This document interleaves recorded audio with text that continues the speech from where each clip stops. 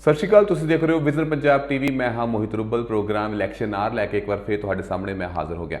ਦੋਸਤੋ, ਗੱਲ ਕਰੀਏ ਪੰਜਾਬ ਦੀ ਚੋਣਾਂ ਦੀ ਤਾਂ ਪੰਜਾਬ ਦੀਆਂ ਚੋਣਾਂ ਜਿਵੇਂ ਜਿਵੇਂ ਨੇੜੇ ਆ ਰਹੀਆਂ ਨੇ ਉਵੇਂ ਹੀ ਜਿਹੜੀਆਂ ਰਾਜਨੀਤਿਕ ਗਤੀਵਿਧੀਆਂ ਨੇ ਉਹ ਤੇਜ਼ ਹੁੰਦੀਆਂ ਜਾ ਰਹੀਆਂ ਨੇ। ਹਰ ਇੱਕ ਮੁੱਦੇ ਤੇ ਖੁੱਲ੍ਹ ਕੇ ਚਰਚਾ ਹੋਵੇਗੀ, ਪਰ ਸਭ ਤੋਂ ਪਹਿਲਾਂ ਅਸੀਂ ਗੱਲ ਕਰਾਂਗੇ ਕੈਪਟਨ ਸਾਹਿਬ ਦੀ ਨਵੀਂ ਪਾਰਟੀ ਦੀ, ਕਿਉਂਕਿ ਨਵੀਂ ਪਾਰਟੀ ਉਹਨਾਂ ਨੇ ਅਨਾਉਂਸ ਕੀਤੀ ਹੈ ਤੇ ਬੀਜੇਪੀ ਨੂੰ ਸਿੱਧੇ ਤੌਰ ਤੇ ਜਿਹੜਾ ਸੱਦਾ ਹੈ ਉਹ ਦਿੱਤਾ ਗਿਆ ਹੈ। ਐਂਡ ਇਸ ਨਵੀਂ ਪਾਰਟੀ ਦਾ ਬਾਕੀ ਰਾਜਨੀਤਿਕ ਪਾਰਟੀਆਂ ਦੇ ਉੱਪਰ ਕੀ ਅਸਰ ਪਵੇਗਾ, ਇਹਦੇ ਉੱਪਰ ਗੱਲ ਹੋਵੇਗੀ। ਸਭ ਤੋਂ ਪਹਿਲਾਂ ਅਸੀਂ ਸਵਾਗਤ ਕਰਦੇ ਹਾਂ ਪ੍ਰੋਗਰਾਮ ਦੇ ਵਿੱਚ ਅਕਾਲੀ ਦਲ ਤੋਂ ਬਲਵਿੰਦਰ ਸਿੰਘ ਭੁੱਲਰ ਜੀ ਦਾ। ਇਸ ਤੋਂ ਇਲਾਵਾ ਕਾਂਗਰਸ ਤੋਂ ਸਾਡੇ ਨਾਲ ਜੁੜੇ ਨੇ ਨਵੀਨ ਜੈਰਤ ਜੀ ਤੇ ਆਮ ਆਦਮੀ ਪਾਰਟੀ ਤੋਂ ਸਾਡੇ ਨਾਲ ਬਣੇ ਨੇ ਅਹਿਬਾਬ ਗਰੇਵਾਲ ਜੀ। ਸਾਰਿਆਂ ਦਾ ਮੈਂ ਨਿੱਘਾ ਸਵਾਗਤ ਕਰਦਾ। ਸਤਿ ਸ਼੍ਰੀ ਅਕਾਲ ਜੀ ਸਾਰਿਆਂ ਨੂੰ। ਗੱਲ ਕਰੀਏ ਅੱਜ ਦੇ ਮੁੱਦੇ ਦੀ ਤਾਂ ਪੰਜਾਬ ਦੀਆਂ ਚੋਣਾਂ ਜਿਵੇਂ ਜਿਵੇਂ ਨੇੜੇ ਆ ਰਹੀਆਂ ਨੇ ਉਵੇਂ ਹੀ ਰਾਜਨੀਤਿਕ ਗਤੀਵਿਧੀਆਂ ਜਿਹੜੀਆਂ ਨੇ ਉਹ ਤੇਜ਼ ਹੁੰਦੀਆਂ ਜਾ ਰਹੀਆਂ ਨੇ ਤੇ ਜੇਕਰ ਗੱਲ ਕਰੀਏ ਕਿ ਇਸ ਵਿਸ਼ੇ ਤੇ ਆਪਾਂ ਖੂਬ ਚਰਚਾ ਕਰਾਂਗੇ, ਪਰ ਫਿਲਹਾਲ ਜਿਹੜਾ ਸਭ ਤੋਂ ਵੱਡਾ ਜਿਹੜਾ ਮੇਨ ਮੁੱਦਾ ਹੈ ਕਿ ਕੈਪਟਨ ਸਾਹਿਬ ਜੋ ਕਿ ਕਾਂਗਰਸ ਵਜੋਂ ਜਾਣੇ ਜਾਂਦੇ ਸੀਗੇ, ਕਾਂਗਰਸ ਦੇ ਕਾਫੀ ਵੱਡੇ ਨੇਤਾ ਸੀਗੇ, ਪੰਜਾਬ ਦੇ ਸੀਐਮ ਸੀਗੇ, ਹੁਣ ਉਹਨਾਂ ਨੇ ਨਵੀਂ ਪਾਰਟੀ ਦਾ ਐਲਾਨ ਕਰ ਦਿੱਤਾ ਹੈ। ਉਸ ਨਵੀਂ ਪਾਰਟੀ ਦੇ ਵਿੱਚ ਸਿੱਧੇ ਅਸਿੱਧੇ ਤੌਰ ਤੇ ਬੀਜੇਪੀ ਨੂੰ ਵੀ ਸੱਦਾ ਦਿੱਤਾ ਗਿਆ ਕਿ ਹਾਂ ਵੀ ਤੁਸੀਂ ਆ ਕੇ ਸਾਡੇ ਨਾਲ ਅਲਾਈਅੰਸ ਕਰ ਸਕਦੇ ਹੋ। ਸੋ ਸਭ ਤੋਂ ਪਹਿਲਾਂ ਤੇ ਆਹੀ ਸਵਾਲ ਪੁੱਛਦੇ ਆ, ਤਿੰਨੋਂ ਹੀ ਸਾਡੇ ਜਿਹੜੇ ਨੁਮਾਇੰਦੇ ਜੁੜ ਚੁੱਕੇ ਨੇ, ਕਿ ਉਹਨਾਂ ਦਾ ਇਸ ਮੌਕੇ ਨਵੀਂ ਪਾਰਟੀ ਬਣਾਉਣਾ, ਬੀਜੇਪੀ ਨੂੰ ਸੱਦਾ ਦੇਣਾ ਜਾਂ ਉਹਨਾਂ ਦੇ ਨਾਲ ਰਲ ਮਿਲ ਕੇ ਜਿਹੜੀ ਖਿਚੜੀ ਪੱਕ ਰਹੀ ਹੈ ਉਹਦੇ ਨਾਲ ਪੰਜਾਬ ਨੂੰ ਕੀ ਨੁਕਸਾਨ ਹੋਵੇਗਾ, ਕੀ ਫਾਇਦਾ ਹੋਵੇਗਾ, ਇਹਦੇ ਬਾਰੇ ਤੁਸੀਂ ਕੀ ਕਹਿੰਦੇ ਹੋ? ਸਭ ਤੋਂ ਪਹਿਲਾਂ ਤਾਂ ਮੈਂ ਅਕਾਲੀ ਦਲ ਦੇ ਜਿਹੜੇ ਬਲਵਿੰਦਰ ਸਿੰਘ ਭੁੱਲਰ ਜੁੜੇ ਨੇ, ਮੈਂ ਉਹਨਾਂ ਤੋਂ ਪੁੱਛਣਾ ਚਾਹਾਂਗਾ ਇਸ ਜਿਹੜੀ ਨਵਾਂ ਜਿਹੜਾ ਆਪਾਂ ਦੇਖ ਰਹੇ ਹਾਂ, ਜਿਹੜਾ ਆਪਾਂ ਮਾਹੌਲ ਦੇਖ ਰਹੇ ਰਾਜਨੀਤਿਕ, ਉਹਦੇ ਬਾਰੇ ਤੁਹਾਡਾ ਕੀ ਕਹਿਣਾ ਹੈ ਬਲਵਿੰਦਰ ਜੀ? ਜਿੱਥੇ ਤੱਕ ਗੱਲ ਹੈਗੀ ਅਸੀਂ ਤਾਂ ਇਹ ਗੱਲ ਪਹਿਲਾਂ ਹੀ ਕਹਿ ਰਹੇ ਸੀਗੇ ਕਿ ਕੈਪਟਨ ਸਾਹਿਬ ਸਿੱਧਾ ਬੀਜੇਪੀ ਦੀ ਝੋਲੀ ਵਿੱਚ ਜਾ ਪਏ ਨੇ। ਅੱਜ ਉਹਨਾਂ ਦਾ ਪਾਰਟੀ ਬਣਾਉਣਾ ਅਤੇ ਪਾਰਟੀ ਬਣਾਉਂਦੇ ਸਾਰ ਨਾਲ ਹੀ ਬੀਜੇਪੀ ਨੂੰ ਇਹ ਨਿਮੰਤਰਣ ਦੇਣਾ ਕਿ ਤੁਸੀਂ ਆਓ ਤੇ ਸਾਡੇ ਨਾਲ ਸਾਂਝੀ ਸਰਕਾਰ ਬਣਾਓ, ਇਹ ਗੱਲ ਕਲੀਅਰ ਹੋ ਗਈ ਹੈ ਕਿ ਉਹ ਜਾਂ ਤਾਂ ਬੀਜੇਪੀ ਦੇ ਵਿੱਚ ਹੀ ਕੰਮ ਕਰਨਗੇ ਜਾਂ ਬੀਜੇਪੀ ਦੀ ਬੀ ਟੀਮ ਦੇ ਤੌਰ ਤੇ ਹੀ ਕੰਮ ਕਰਨਗੇ। ਇਹ ਗੱਲ ਕਲੀਅਰ ਹੋ। ਓਕੇ, ਸੋ ਇਹ ਬੀ ਟੀਮ ਤਾਂ ਪਹਿਲਾਂ ਵੀ ਕਾਫੀ ਵਾਰ ਸੁਣਿਆ ਗਿਆ ਸੀਗਾ, ਬਟ ਫਿਰ ਵੀ ਇੱਕ ਵੱਡਾ ਸ਼ੌਕ ਕਹਿ ਲਈਏ, ਕਿਉਂਕਿ ਇੱਥੇ ਧੋਖਾ ਜਿਹੜਾ ਕਿਤੇ ਨਾ ਕਿਤੇ ਆਮ ਲੋਕਾਂ ਨਾਲ ਹੋ ਰਿਹਾ, ਲੋਕਾਂ ਦਾ ਵਿਸ਼ਵਾਸ ਜਿਹੜਾ ਹੈ ਉਹ ਖਰਾਬ ਹੋ ਜਾਂਦਾ ਹੈ। ਜਿੱਥੇ ਉਹ ਪੰਜਾਬ ਦੇ ਨੁਮਾਇੰਦੇ ਰਹੇ ਨੇ, ਪੰਜਾਬ ਨੂੰ ਆਪਣੇ ਕਿਸਾਨ ਹਿਤੈਸ਼ੀ ਵੀ ਕਹਿੰਦੇ ਰਹੇ ਨੇ, ਐਂਡ ਸੇਮ ਟਾਈਮ ਤੇ ਜਦੋਂ ਲਖੀਮਪੁਰ ਦੀ ਘਟਨਾ ਹੋ ਜਾਂਦੀ ਹੈ ਇੱਕ ਵੀ ਸਿੰਗਲ ਟਵੀਟ ਨਹੀਂ ਕੀਤਾ ਜਾਂਦਾ। ਉਸ ਤੋਂ ਬਾਅਦ ਸਿੰਘੂ ਬਾਰਡਰ ਦੀ ਘਟਨਾ ਹੁੰਦੀ ਹੈ, ਉੱਥੇ ਵੀ ਕੁਝ ਨਹੀਂ ਬੋਲੇ। ਇਸ ਤੋਂ ਇਲਾਵਾ ਬਾਰਡਰਾਂ ਦੇ ਉੱਪਰ ਜਿਹੜਾ 50 ਕਿਲੋਮੀਟਰ ਅੰਦਰ ਤੱਕ ਦਾ ਜਿਹੜਾ ਏਰੀਆ BSF ਨੂੰ ਦੇਣ ਦੀ ਗੱਲ ਕੀਤੀ ਜਾਂਦੀ ਹੈ, ਉੱਥੇ ਵੀ ਕੈਪਟਨ ਸਾਹਿਬ ਚੁੱਪ ਰਹਿੰਦੇ ਨੇ। ਸੋ ਕਾਫੀ ਵੱਡੇ ਇਲਜ਼ਾਮ ਕਹਿ ਲਈਏ ਜਾਂ ਵਿਸ਼ਵਾਸਘਾਤ ਜਿਹੜਾ ਹੈ ਲੋਕਾਂ ਨਾਲ ਹੋ ਰਿਹਾ। ਸੋ ਕਾਂਗਰਸ ਦੇ ਜਿਹੜੇ ਸਾਡੇ ਨਾਲ ਨਵੀਨ ਜੈਰਤ ਜੁੜ ਚੁੱਕੇ ਨੇ, ਉਹਨਾਂ ਕੋਲ ਜਾਣਨਾ ਚਾਹਾਂਗਾ। ਨਵੀਨ ਜੀ, ਤੁਹਾਡਾ ਕੀ ਕਹਿਣਾ ਇਸ ਨਵੀਂ ਕਹਾਣੀ ਦੇ ਬਾਰੇ?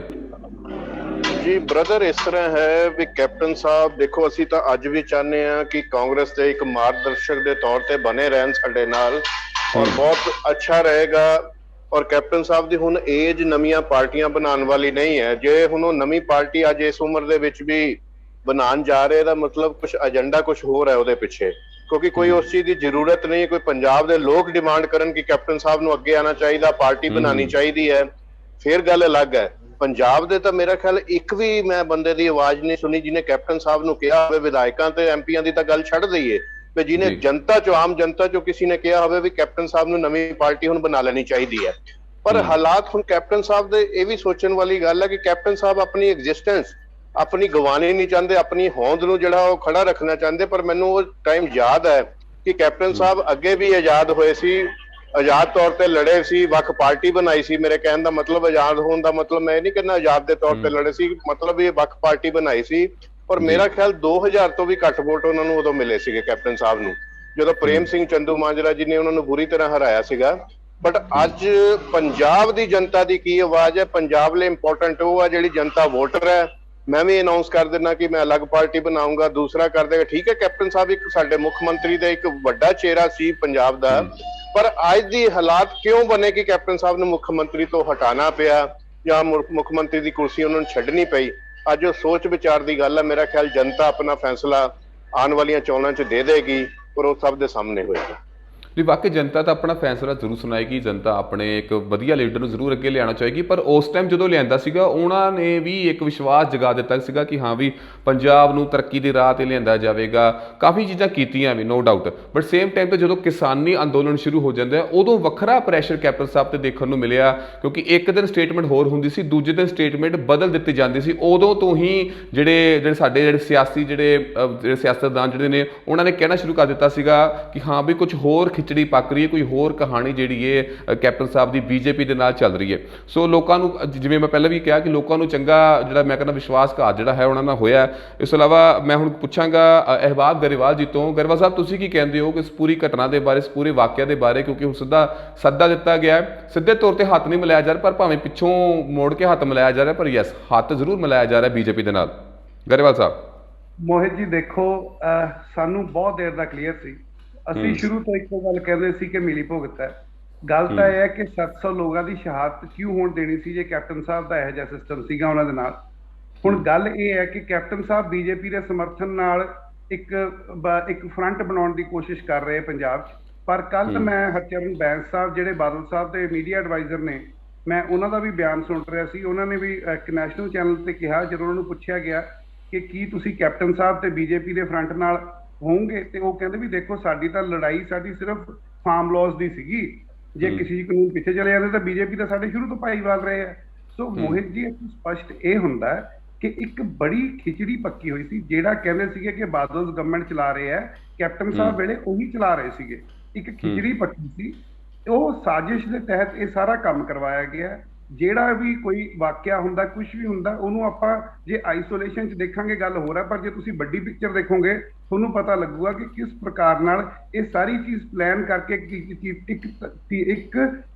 ਇੱਕ ਲੌਜੀਕਲ ਕੰਕਲੂਜਨ ਵੱਲ ਆ ਰਹੀ ਹੈ, ਜਿਹਦੇ 'ਚ ਇਹ ਪਤਾ ਲੱਗ ਰਿਹਾ ਕਿ ਕੈਪਟਨ ਸਾਹਿਬ, ਬੀਜੇਪੀ ਤੇ ਅਕਾਲੀ, ਇਹ ਤਿੰਨੇ ਇਕੱਠੇ ਹੋ ਕੇ ਦੁਬਾਰਾ ਤੋਂ ਇੱਕ ਫਰੰਟ ਬਣਾਉਣ ਦੀ ਕੋਸ਼ਿਸ਼ ਕਰ ਰਹੇ ਨੇ। ਤੇ ਜਿਹੜੀ ਕਾਂਗਰਸ ਹੈ, ਉਹਨਾਂ ਨੇ ਕੀ ਕੀਤਾ ਕਿ 4-4.5 ਸਾਲ ਕੈਪਟਨ ਸਾਹਿਬ ਨੇ ਪੂਰੀਆਂ ਮਨਮਰਜ਼ੀਆਂ ਕੀਤੀਆਂ, ਸਭ ਨੇ ਆਪਣੀਆਂ ਮੌਜਾਂ ਲਈਆਂ, ਤੇ ਉਹਨਾਂ ਨੇ ਸੋਚਿਆ ਕਿ ਲਾਸਟ ਮਿੰਟ ਤੇ ਅਸੀਂ ਚੇਂਜ ਕਰਕੇ 6 ਮਹੀਨੇ ਸਰਕਾਰ ਤੇ ਹੁਣ ਲੋਕਾਂ ਨੂੰ ਇੱਕ ਬੇਵਕੂਫ ਬਣਾ ਸਕਦੇ ਹਾਂ। ਬਟ ਉਹ ਵੀ ਪਿਛਲੇ 1.5 ਮਹੀਨੇ ਦੀ ਕਾਰਗੁਜ਼ਾਰੀ ਤੋਂ ਸਰਕਾਰ ਦੀ ਪਤਾ ਲੱਗਦਾ ਕਿ ਬਦਲ ਕੁਝ ਨਹੀਂ ਰਿਹਾ। ਸੋ ਸਾਡਾ ਕਹਿਣਾ ਹੈ ਕਿ ਪੰਜਾਬ ਦੇ ਲੋਕ ਜਿਹੜੇ ਹੈ, ਉਹ ਇਹ ਸਭ ਜਿਹੜਾ ਡਰਾਮਾ ਜਾਂ ਡੰਬਾ ਬਚਿਆ ਗਿਆ, ਤੁਹਾਨੂੰ ਸ਼ਾਇਦ ਯਾਦ ਹੋਊਗਾ, ਮੈਂ ਹਰ ਵਾਰੀ ਡਿਬੇਟ ਤੇ ਹੀ ਕਹਿਣਾ ਕਿ ਇੱਕ ਡਰਾਮਾ ਹੋ ਰਿਹਾ। ਪੰਜਾਬ ਦੇ ਲੋਕ ਉਹ ਸਮਝ ਚੁੱਕੇ ਆ, ਉਹ ਦੇਖ ਰਹੇ ਆ। ਤੇ ਹੁਣ ਪੰਜਾਬ ਦੇ ਲੋਕ, ਚਾਹੇ ਉਹ ਕਿਸਾਨ ਹੈ, ਚਾਹੇ ਉਹ ਵਪਾਰੀ ਹੈ, ਕੋਈ ਵੀ ਵਰਗ ਹੈ, ਹੁਣ ਉਹ ਜਿਹੜੇ ਅੱਜ ਚਿਹਰਿਆਂ ਦੀ ਰਾਜਨੀਤੀ ਸੀ, ਇੱਕ ਚਿਹਰਾ ਮੁਰਾ ਕੇ ਕਰੂਗਾ, ਉਹਦੀ ਥਾਂ ਤੇ ਹੁਣ ਆਪਣੇ ਮੁੱਦਿਆਂ ਦੀ ਗੱਲ ਕਰਨੀ ਚਾਹੁੰਦੇ ਆ, ਤੇ ਉਹ ਹੁਣ ਮੁੱਦਿਆਂ ਤੇ ਰਾਜਨੀਤੀ ਹੋਊਗੀ। ਸਾਡਾ ਸਟੈਂਡ ਇਹ ਹੈ ਕਿ ਇਹਨਾਂ ਨੇ ਰਲ ਕੇ ਕੀਤਾ। ਪਿਛਲੀ ਵਾਰੀ ਵੀ ਨਰੇਸ਼ ਗੁਜਰਾਲ ਜੀ ਨੇ ਕਿਹਾ ਸੀਗਾ ਕਿ ਆਮ ਆਦਮੀ ਪਾਰਟੀ ਨੂੰ ਰੋਕਣ ਲਈ ਅਸੀਂ ਵੋਟਾਂ ਭੁਗਤਾਈਆਂ ਜੀ ਕਾਂਗਰਸ ਨੂੰ। ਸੋ ਹੁਣ ਪੰਜਾਬ ਦੇ ਲੋਕ ਬੇਵਕੂਫ ਨਹੀਂ ਬਣਨਗੇ। ਜਿਹੜੇ ਮੁੱਦੇ ਨੇ, ਮੁੱਦਿਆਂ ਤੇ ਲਿਆਵਾਂਗੇ, ਤੇ ਇਹਨਾਂ ਨੂੰ ਥਰੋਲੀ ਐਕਸਪੋਜ਼ ਕਰਨ 'ਚ ਕੋਈ ਵੀ ਕਸਰ ਨਹੀਂ ਛੱਡੀ ਜਾਏਗੀ। ਕਿਉਂਕਿ ਜਿਹੜੀ ਸਿਆਸਤ ਹੁੰਦੀ ਹੈ ਲੋਕਾਂ ਦੀ, ਤੇ ਜਦੋਂ ਸਿਆਸਤਦਾਨ ਲੋਕਾਂ ਦੀ ਪਰਵਾਹ ਕਰਨਾ ਛੱਡ ਦੇਣ, ਜਿਹੜਾ ਮੁੱਖ ਮੰਤਰੀ 800 ਸ਼ਹਾਦਤਾਂ ਤੋਂ ਬਾਅਦ ਜਾ ਕੇ ਕਹਿ ਰਿਹਾ ਕਿ ਮੈਂ ਤੁਹਾਡਾ ਕੰਮ ਸੈਟਲ ਕਰਾ ਸਕਦਾ, ਉਹ ਪਹਿਲਾਂ ਕਿਉਂ ਨਹੀਂ ਹੋਇਆ? ਉਹ ਪਹਿਲਾਂ ਕਿਉਂ ਨਹੀਂ ਕਰਨ ਨੂੰ ਪਹਿਲਾਂ ਵੀ ਕਰ ਸਕਦੇ ਸੀ। ਗੱਲ ਇਹ ਹੈ ਕਿ ਸਿਆਸੀ ਲਾਹਾ ਲੈਣਾ ਸੀ, ਪਰ ਹੁਣ ਸਿਆਸਤ ਜਿਹੜੀ ਮੁੱਦਿਆਂ ਦੀ ਹੋਏਗੀ, ਉਹ ਇਹਨਾਂ ਨੂੰ ਜਵਾਬ ਦੇਏਗੀ ਕਿ ਹੁਣ ਆਪਾਂ ਲੋਕਾਂ ਨੂੰ ਫॉर ਗ੍ਰਾਂਟਡ ਨਹੀਂ ਲੈ ਸਕਦੇ। ਇੱਕ ਨਵਾਂ ਜਿਹਾ ਪਲਾਨ ਲਿਆ ਕੇ ਇਹ ਨਹੀਂ ਕਹਿ ਸਕਦੇ ਕਿ ਲਓ ਭਾਈ ਅਸੀਂ ਆਹ ਕਰਤਾ ਤੇ ਹੁਣ ਤੁਸੀਂ ਸਾਡੇ ਪਿੱਛੇ ਆ ਜਾਓ।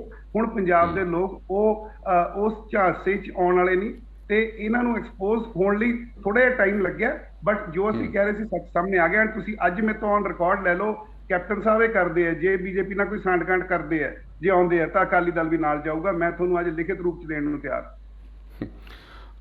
ਭੁੱਲਰ ਸਾਹਿਬ ਬੜਾ ਵੱਡਾ ਐਲੀਗੇਸ਼ਨ ਕਹਿ ਲਓ ਜਾਂ ਫਿਰ ਸਾਫ਼ ਸਿੱਧਾ ਤੌਰ ਤੇ ਕਹਿ ਰਹੇ ਨੇ ਕਿ ਅਗਰ ਬਾਈ ਚਾਂਸ ਅਗਰ ਕੈਪਟਨ ਸਾਹਿਬ ਦੀ ਨਵੀਂ ਪਾਰਟੀ ਆਉਂਦੀ ਹੈ, ਬੀਜੇਪੀ ਨਾਲ ਅਲਾਈਅੰਸ ਹੁੰਦਾ, ਤੇ ਅਕਾਲੀ ਦਲ ਵੀ ਪਿੱਛੇ ਨਹੀਂ ਹਟੇਗਾ, ਤੁਹਾਡਾ ਵੀ ਹੱਥ ਬਰਾਬਰ ਦਾ ਮਿਲੇਗਾ। ਕੀ ਤੁਸੀਂ ਕੀ ਕਹਿੰਦੇ ਹੋ ਭੁੱਲਰ ਸਾਹਿਬ ਇਸ ਗੱਲ ਬਾਰੇ? ਗੱਲ ਇਹ ਹੈ ਜੀ, ਹਵਾਬ ਸਾਹਿਬ ਨੇ ਕਿਹਾ ਵੀ ਮੁੱਦਿਆਂ ਦੇ ਉੱਤੇ ਸਿਆਸਤ ਕੀਤੀ ਜਾਊਗੀ, ਮੁੱਦਿਆਂ ਉੱਤੇ ਇਲੈਕਸ਼ਨ ਲੜਾਂਗੇ।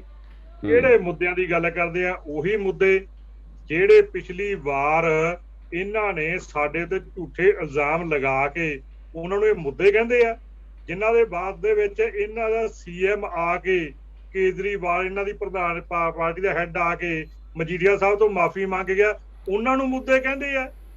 ਜਿਹੜੇ ਬੰਦੇ ਨੇ 5 ਸਾਲ ਇਹਨਾਂ ਦੀ ਪਾਰਟੀ ਖੜੀ ਕਰਨ ਨੂੰ, ਛੋਟੇਪੁਰ ਨੇ ਇੰਨੀ ਮਿਹਨਤ ਕੀਤੀ, ਉਹਨੂੰ ਸਿਰਫ ਇੱਕ ਸਿੱਖ ਚਿਹਰਾ ਹੋਣ ਕਰਕੇ ਉਹਨੇ ਪਿੱਛੇ ਕਰਤਾ, ਉਸ ਨੂੰ ਮੁੱਦਾ ਕਹਿੰਦੇ ਆ?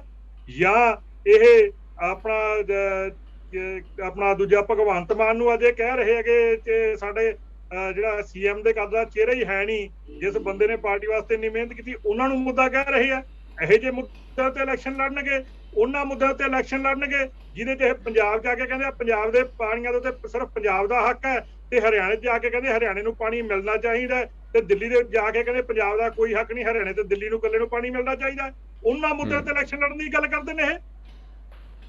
ਗਰੇਵਾਲ ਸਾਹਿਬ ਜੀ ਫਿਰ ਜਵਾਬ ਹੀ ਦੇ ਦਿੰਦੇ ਆ। ਦੇਖੋ, ਇਹ ਭੁੱਲਰ ਸਾਹਿਬ ਨੂੰ ਬਹੁਤ ਪੁਰਾਣਾ ਰਿਕਾਰਡ, ਇਹਨਾਂ ਨੂੰ ਨਾ ਨਵੀਆਂ ਚੀਜ਼ਾਂ ਲੱਭ ਕੇ ਲਿਆਉਣੀਆਂ ਚਾਹੀਦੀਆਂ ਨੇ। ਜਿਹੜੇ ਮੁੱਦੇ ਨੇ ਉਹ ਪੁਰਾਣੀਆਂ ਗੱਲਾਂ ਕੀ ਖਤਮ ਹੋ ਜਾਂਦੀਆਂ? ਕੀ ਪੁਰਾਣੀਆਂ ਗੱਲਾਂ ਦੀ ਵੈਲਿਊ ਖਤਮ ਹੋ ਜਾਂਦੀ ਹੈ? ਤੁਸੀਂ ਬਹੁਤ ਸਿਆਣੇ ਹੋ, ਮੈਂ ਤੁਹਾਨੂੰ ਨਹੀਂ ਟੋਕਦਾ, ਬੇਨਤੀ ਹੈ ਤੁਸੀਂ ਮੈਂ ਤੁਹਾਨੂੰ ਜੇ ਮੈਂ ਜਿਆਦਾ ਸਿਆਣਾ ਨਹੀਂ ਤੇ ਤੁਸੀਂ ਵੀ ਰੱਖਣ ਵਾਲੇ ਨਹੀਂ। ਭੁੱਲਰ ਸਾਹਿਬ, ਮੈਂ ਸਿਰਫ ਗੱਲ ਹੈ, ਮੈਨੂੰ ਜਵਾਬ ਲੈ ਦਿੰਦੇ, ਜਵਾਬ ਲੈ। ਮੁੱਦਾ ਕੀ ਹੈ ਜੀ? ਮੁੱਦਾ ਇਹ ਹੈ ਕਿ ਪਿਛਲੀ 25 ਸਾਲ ਜਦੋਂ ਦਾ ਪੰਜਾਬ 'ਚ ਡੈਮੋਕ੍ਰੈਟਿਕ ਪ੍ਰੋਸੈਸ ਦੁਬਾਰਾ ਚੱਲਿਆ ਖਾੜਕੂਵਾਦ ਤੋਂ ਬਾਅਦ, ਪਿਛਲੇ 25 ਸਾਲਾਂ 'ਚ ਇਹਨਾਂ ਨੇ ਬਾਰੀ-ਬਾਰੀ ਰਾਜ ਕੀਤਾ, ਐਂਡ ਉਹ 25 ਸਾਲਾਂ 'ਚ ਪੰਜਾਬ ਦੇਸ਼ ਦੀ ਹਰ ਇੰਡੈਕਸ ਟੌਪ ਦੀਆਂ ਸਟੇਟਾਂ 'ਚੋਂ ਬਾਟਮ ਦੀ ਸਟੇਟ 'ਚ ਆ ਗਿਆ। ਪੰਜਾਬ ਦੇਸ਼ ਦੇ ਹਰ ਇੰਡੈਕਸ 'ਚ ਥੱਲੇ ਚਲਾ ਗਿਆ। ਪਿਛਲੇ 15 ਸਾਲਾਂ ਜਿੱਥੇ ਕਿ ਬਾਰ-ਬਾਰ ਇਹਨਾਂ ਦੀ ਸਰਕਾਰ ਸੀ, ਐਵਰੇਜ 3 ਕਿਸਾਨ ਰੋਜ਼ ਦਾ ਸੁਸਾਈਡ ਕਰ ਰਿਹਾ ਸੀ। ਮੁੱਦਾ ਇਹ ਹੈ, ਮੁੱਦਾ ਇਹ ਹੈ ਕਿ ਪੰਜਾਬ ਦਾ ਪਾਣੀ, ਪੰਜਾਬ ਦੀ ਜ਼ਮੀਨ ਤੇ ਪੰਜਾਬ ਦੀ ਹਵਾ ਜ਼ਹਿਰੀਲੀ ਹੋ ਗਈ ਹੈ ਤੇ ਪੰਜਾਬ ਦੇ ਵਿੱਚ ਕੈਂਸਰ ਟ੍ਰੇਨਾਂ ਭੱਜੀਆਂ ਫਿਰਦੀਆਂ ਨੇ। ਮੁੱਦਾ ਇਹ ਹੈ ਕਿ ਪੰਜਾਬ 'ਚ ਅੱਜ ਬੇਰੋਜ਼ਗਾਰੀ ਦੀ ਦਰ ਦੇਸ਼ 'ਚ ਸਭ ਤੋਂ ਉੱਤੇ ਹੈ। ਮੁੱਦਾ ਇਹ ਹੈ ਕਿ ਜਿਹੜਾ ਹੈਲਥ ਕੇਅਰ ਹੈ ਉਹ ਪੰਜਾਬ ਦੇ ਵਿੱਚ ਇਸ ਟਾਈਮ ਤੇ ਆਪਾਂ ਬੜੀ ਅਫਸੋਸਨਾਕ ਗੱਲ ਹੈ ਕਿ ਆਪਾਂ ਜਦੋਂ ਕੰਪੇਅਰ ਕਰਦੇ ਹਾਂ ਆਪਾਂ ਬਾਟਮ 5 ਜਾਂ 6 ਸਟੇਟਸ ਜਾਂਦੇ ਹਾਂ। ਜਿਹੜਾ ਐਜੂਕੇਸ਼ਨ ਹੈ ਬੜੀ ਵੱਡੀਆਂ ਵੱਡੀਆਂ ਡੀਂਗਾਂ ਹਾਕਦੀ ਹੈ ਸਰਕਾਰ ਕਿ ਅਸੀਂ 1 ਨੰਬਰ ਤੇ ਆ ਗਏ ਹਾਂ, ਪਰ ਜਿਹੜੀ ਲਿਪਾ ਪੋਤੀ ਕੀਤੀ ਗਈ ਹੈ, ਜਿਹੜੀ ਇੰਪਲੋਏਬਿਲਿਟੀ ਰੇਸ਼ੀਓ ਹੁੰਦੀ ਹੈ ਕਿਸੇ ਵੀ ਸਟੇਟ ਦੀ ਐਜੂਕੇਸ਼ਨ ਤੋਂ ਬਾਅਦ ਜਿਹੜੇ ਬੱਚਿਆਂ ਨੂੰ ਨੌਕਰੀ ਮਿਲਦੀ ਹੈ, ਉਹ ਪੰਜਾਬ ਅੱਜ ਬਿਹਾਰ ਤੇ ਯੂਪੀ ਤੋਂ ਉੱਤੇ ਹੈ, ਬਾਕੀ ਸਾਰਿਆਂ ਤੋਂ ਥੱਲੇ ਹੀ ਹੈ। ਮੁੱਦਾ ਇਹ ਹੈ ਕਿ ਪੰਜਾਬ ਦੇ ਪੰਜਾਬੀਆਂ ਨੂੰ ਆਪਣਾ ਭਵਿੱਖ ਪੰਜਾਬ 'ਚ ਨਜ਼ਰ ਆਉਂਦਾ, ਤਾਂ ਬੱਚੇ ਆਲਸ ਕਰ ਕਰਕੇ ਬਾਰ-ਬਾਰ ਭੱਜਣ ਨੂੰ ਜਾਂਦੇ ਆ ਤੇ ਉਹ ਬ੍ਰੇਨ ਡਰੇਨ ਵੀ ਹੁੰਦਾ, ਤੇ ਇੱਕ ਬੱਚਾ ਜਦੋਂ ਜਾਂਦਾ ਤਾਂ 25 ਤੋਂ 30 ਲੱਖ ਰੁਪਇਆ ਲੈ ਕੇ ਜਾਂਦਾ ਤੇ ਉਹ ਫਾਈਨੈਂਸ਼ੀਅਲ ਡਰੇਨ ਵੀ ਹੁੰਦਾ। ਮੁੱਦਾ ਇਹ ਹੈ ਕਿ ਪੰਜਾਬ ਦੇ ਵਿੱਚੋਂ ਆਲਮੋਸਟ ਲਗਭਗ ਲੁਧਿਆਣੇ 'ਚੋਂ ਹੀ 10 ਸਾਲਾਂ 'ਚ 1800 ਇੰਡਸਟਰੀ ਪਲਾਇਨ ਕਰ ਚੁੱਕੀ ਹੈ। ਮੁੱਦਾ ਇਹ ਹੈ ਕਿ ਪੰਜਾਬ 'ਚ ਕੋਈ ਵੀ ਹੋਰ ਨਵੀਂ ਇੰਡਸਟਰੀ ਨਹੀਂ ਲੱਗੀ। ਮੁੱਦਾ ਇਹ ਹੈ ਕਿ ਤੁਹਾਨੂੰ ਪੰਜਾਬ 'ਚ ਜਿਹੜਾ ਐਗਰੀਕਲਚਰ ਜਿਹੜਾ ਸਟੇਟ ਸਬਜੈਕਟ ਹੈ, ਜਿਹਨੂੰ ਡਾਇਵਰਸੀਫਾਈ ਕਰਨ ਦੀ ਲੋੜ ਸੀ, ਕਿਸਾਨ ਹਿਤੈਸ਼ੀ ਸਰਕਾਰਾਂ ਵੀ ਆਈਆਂ, ਪਾਣੀ ਰੋਕਣ ਵਾਲੀਆਂ ਸਰਕਾਰਾਂ ਵੀ ਆਈਆਂ, ਉਹਨਾਂ ਬਾਰੇ ਸੋਚਿਆ ਨਹੀਂ। ਮੁੱਦਾ ਇਹ ਹੈ ਕਿ ਜਿਹੜਾ ਪਾਣੀ ਇੰਨਾ ਰੌਲਾ ਪਾਇਆ ਸੀ, ਕੈਪਟਨ ਸਾਹਿਬ ਨੇ ਜਾਣ ਨਾ ਦਿੱਤਾ ਨਹਿਰਾਂ ਦਾ ਪਾਣੀ, ਉਦੋਂ ਵੱਧ ਇੱਕ ਪੂਰੇ ਦੇ ਪੂਰੇ ਰਿਵਰ ਸਿਸਟਮ ਦਾ ਪਾਣੀ ਪਾਕਿਸਤਾਨ ਨੂੰ ਜਾ ਰਿਹਾ, ਪੰਜਾਬ 'ਚ ਨਹੀਂ ਇਸਤੇਮਾਲ ਹੋ ਰਿਹਾ। ਮੁੱਦਾ ਇਹ ਹੈ ਕਿ ਪੰਜਾਬ ਦੇ ਅੱਜ ਦੇ ਜਿਹੜਾ ਸਾਇੰਟੀਫਿਕ ਨੈਸ਼ਨਲ ਡਾਟਾ, ਮੈਂ ਨਹੀਂ ਕਹਿ ਰਿਹਾ, ਉਹਦੇ ਹਿਸਾਬ ਨਾਲ ਪੰਜਾਬ ਦੀ ਜਿਹੜੀ ਜ਼ਮੀਨ ਹੈ ਆਉਣ ਵਾਲੇ 20 ਸਾਲਾਂ 'ਚ ਉਹਦੇ 'ਚ ਡੈਜ਼ਰਟੀਫਿਕੇਸ਼ਨ ਹੋ ਜੂਗੀ, ਉਹਦੇ 'ਚ ਕੁਝ ਉੱਗੂਗਾ ਨਹੀਂ। ਸੋ ਇਹਨਾਂ ਸਾਰੇ ਮੁੱਦਿਆਂ ਨੂੰ ਲੈ ਕੇ ਅਸੀਂ ਜਾਵਾਂਗੇ। ਸਰ ਕੌਣ ਗਰੇਵਾਲ ਸਾਹਿਬ ਤੁਸੀਂ ਜਿਹੜੇ ਮੁੱਦੇ ਸੁਣਾਏ ਬਿਲਕੁਲ ਅਸੀਂ ਵੀ ਤੁਹਾਡੇ ਨਾਲ ਸਹਿਮਤ ਹੋਵਾਂਗੇ, ਮੁੱਦੇ ਠੀਕ ਨੇ, ਸਾਰੇ ਪੰਜਾਬ ਦੇ ਮੁੱਦੇ ਨੇ, ਪਰ ਭੁੱਲਰ ਸਾਹਿਬ ਨੇ ਜਿਹੜੀ ਗੱਲ ਪੁੱਛੀ ਉਹ ਵੀ ਬੜੀ ਵਾਜਬ ਜੀ ਹੈ ਕਿ ਜਿਹੜੇ ਮੇਨ ਚਿਹਰੇ ਜਿਨ੍ਹਾਂ ਨੇ ਮਿਹਨਤ ਕੀਤੀ ਹੈ ਆਮ ਆਦਮੀ ਪਾਰਟੀ ਦੇ ਲਈ, ਅਗਰ ਉਹਨਾਂ ਨੂੰ ਸੀਟ ਨਹੀਂ ਦਿੱਤੀ ਜਾਂਦੀ, ਉਹ ਮੁੱਖ ਤੌਰ ਤੇ ਸਾਹਮਣੇ ਨਹੀਂ ਆਣਗੇ, ਲੋਕਾਂ ਦਾ ਵਿਸ਼ਵਾਸ ਉਹਨਾਂ ਲਈ ਬਣਿਆ, ਪਰ ਉੱਥੇ ਫਿਰ ਜਿਹੜੇ ਨਵੇਂ ਬੰਦੇ ਆਣਗੇ ਉਹਨਾਂ ਲਈ ਕਿਵੇਂ ਵਿਸ਼ਵਾਸ ਬਣੇਗਾ ਤੇ ਕਿਵੇਂ ਲੋਕਾਂ ਦੇ ਜਿਹੜੇ ਮਸਲੇ ਨੇ ਹੱਥ ਹੋਣਗੇ? ਮੁੱਦੇ ਤਾਂ ਫੇਰ ਖੜੇ ਰਹਿਣਗੇ, ਮੁੱਦੇ ਤਾਂ ਫੇਰ ਗਿਣਾਏ ਜਾਣਗੇ, ਪਰ ਮੁੱਦਿਆਂ ਦਾ ਹੱਲ ਕਦੋਂ ਹੋਏਗਾ? ਸਰ ਦੇਖੋ, ਮੈਂ 2013 ਦਾ ਮੈਂਬਰ ਹਾਂ ਪਾਰਟੀ ਦਾ, ਮੈਂ ਸਭ ਦੇਖਿਆ ਕੌਣ ਕਿੰਨੀ ਮਿਹਨਤ ਕੀਤੀ। ਛੋਟੇਪੁਰ ਜੀ ਪਿਛਲੀ ਇਲੈਕਸ਼ਨ ਤੋਂ ਪਹਿਲਾਂ ਗਏ, ਉਹਦੇ ਹੋਰ ਕਾਰਨ ਸੀ, ਮੈਂ ਕਿਸੇ ਤੇ ਕੁਝ ਕਹਿਣਾ ਨਹੀਂ ਚਾਹੁੰਦਾ, ਪਰ ਉਹ ਖਤਮ 5 ਸਾਲ ਪਹਿਲਾਂ ਦੀ ਗੱਲ ਹੈ। ਰਹੀ ਭਗਵੰਤ ਮਾਨ ਜੀ ਦੀ ਗੱਲ, ਭਗਵੰਤ ਮਾਨ ਜੀ ਪਾਰਟੀ ਦੇ ਪੰਜਾਬ ਦੇ ਅਧਿਕਸ਼ ਨੇ। ਭਗਵੰਤ ਮਾਨ ਜੀ ਪਾਰਟੀ ਦਾ ਸਭ ਤੋਂ ਵੱਡਾ ਚਿਹਰਾ ਨੇ ਪੰਜਾਬ 'ਚ। ਭਗਵੰਤ ਮਾਨ ਜੀ ਨੇ ਮਿਹਨਤ ਕਰਕੇ ਪਾਰਟੀ ਲੀਡ ਕੀਤੀ ਹੈ ਤੇ ਅਸੀਂ ਸਮਾਂ ਆਉਣ ਤੇ, ਉਹ ਸਾਡਾ ਪ੍ਰੈਰੋਗੇਟਿਵ ਹੈ, ਸਾਡਾ ਪ੍ਰੈਰੋਗੇਟਿਵ ਹੈ, ਅਸੀਂ ਇੱਕ ਪਰਿਵਾਰ ਦੀ ਪਾਰਟੀ ਨਹੀਂ, ਅਸੀਂ ਸਮਾਂ ਆਉਣ ਤੇ ਆਪਣਾ ਸੀਐਮ ਕੈਂਡੀਡੇਟ ਵੀ ਅਨਾਉਂਸ ਕਰਾਂਗੇ। ਐਂਡ ਅਸੀਂ ਜਦੋਂ ਬਾਰ-ਬਾਰ ਇੱਕ ਗੱਲ ਕਹਿ ਰਹੇ ਹਾਂ ਤੁਹਾਨੂੰ ਕਿ ਸਾਡਾ ਜਿਹੜਾ ਪੰਜਾਬ ਸੈਂਟਰਿਕ ਏਜੰਡਾ ਹੈ, ਉਹ ਜਿਹੜੇ ਚਿਹਰੇ ਨਹੀਂ ਹੈਗੇ ਆ, ਜਿਹੜਾ 5 ਸਾਲ ਪਹਿਲਾਂ ਚਲਾ ਗਿਆ ਉਹਦੇ ਬਾਰੇ ਮੈਂ ਕੁਝ ਨਹੀਂ ਕਹਿ ਸਕਦਾ, ਪਰ ਇੰਨਾ ਕੁ ਜ਼ਰੂਰ ਕਹਿ ਸਕਦਾ ਕਿ ਪੰਜਾਬ ਸੈਂਟਰਿਕ ਏਜੰਡਾ ਰੱਖ ਕੇ ਜਿਹੜੇ ਪੰਜਾਬ ਦੀ ਐਗਜ਼ਿਸਟਿੰਗ ਲੀਡਰਸ਼ਿਪ ਹੈ, ਉਸ ਲੀਡਰਸ਼ਿਪ ਦੇ ਵਿੱਚੋਂ ਹੀ ਸੀਐਮ ਚਿਹਰਾ ਆਊਗਾ। ਬਸ ਇੱਕ ਮੈਨੂੰ ਆਸ਼ਵਾਸਨ ਦੇ ਦੇਣ ਭੁੱਲਰ ਸਾਹਿਬ ਕਿ ਇਹ ਕੈਪਟਨ ਤੇ ਬੀਜੇਪੀ ਦੇ ਨਾਲ ਕਿਸੇ ਤਰੀਕੇ ਦਾ ਕੋਈ ਸਮਝੌਤਾ ਨਹੀਂ ਕਰਨਗੇ। ਮੈਂ ਸਭ ਚੀਜ਼ਾਂ ਨੂੰ ਮਨਜ਼ੂਰ ਹੈ, ਬਾਕੀ ਜੋ ਇਹ ਕਹਿਣ ਸਿਰ ਮੱਥੇ। ਮੈਂ ਹਵਾਦ ਸਾਹਿਬ ਨੂੰ ਇੱਕੋ ਹੀ ਗੱਲ ਪੁੱਛਣੀ ਚਾਹੂੰਗਾ ਕਿ ਜਿਹੜੀ ਇਹਨਾਂ ਨੇ ਮੈਡੀਕਲ ਦੀ ਗੱਲ ਕੀਤੀ ਹੈ, ਇਹ ਕਿਹੜੇ ਮੈਡੀਕਲ ਦੀ ਤਾਰੀਫ ਕਰਦੇ ਆ ਜਿਹਦੇ ਵਿੱਚ ਦਿੱਲੀ ਦੇ ਵਿੱਚ ਪਿਛਲੀ ਬਿਮਾਰੀ ਦੌਰਾਨ ਹਜ਼ਾਰਾਂ ਬੰਦਾ ਮਰ ਗਿਆ। ਉਸੇ ਮੈਡੀਕਲ ਦੀ ਇੱਕ ਗੱਲ ਕਰਦੇ ਆ, ਉਹ ਉਸੇ ਤਰ੍ਹਾਂ ਦਾ ਮੈਡੀਕਲ ਪੰਜਾਬ 'ਚ ਪ੍ਰੋਵਾਈਡ ਕਰਾਉਣਗੇ, ਜਿਹਦੇ 'ਚ ਇਹਨਾਂ ਦਾ ਇੱਕ ਸਿਰਕੱਢ ਲੀਡਰ ਜਰਨੈਲ ਸਿੰਘ ਕਿਸੇ ਹੋਰ ਕਾਰਨ ਨਹੀਂ, ਆਕਸੀਜਨ ਦੀ ਘਾਟ ਕਾਰਨ ਤੜਫ ਕੇ ਮਰ ਗਿਆ। ਇਹ ਉਹਨੂੰ ਕਹਿੰਦੇ ਆ ਉਸ ਤਰ੍ਹਾਂ ਦੇ ਆਪਣਾ ਸਿਸਟਮ ਇਹ ਪੰਜਾਬ ਦੇ ਵਿੱਚ ਦੇਣਗੇ।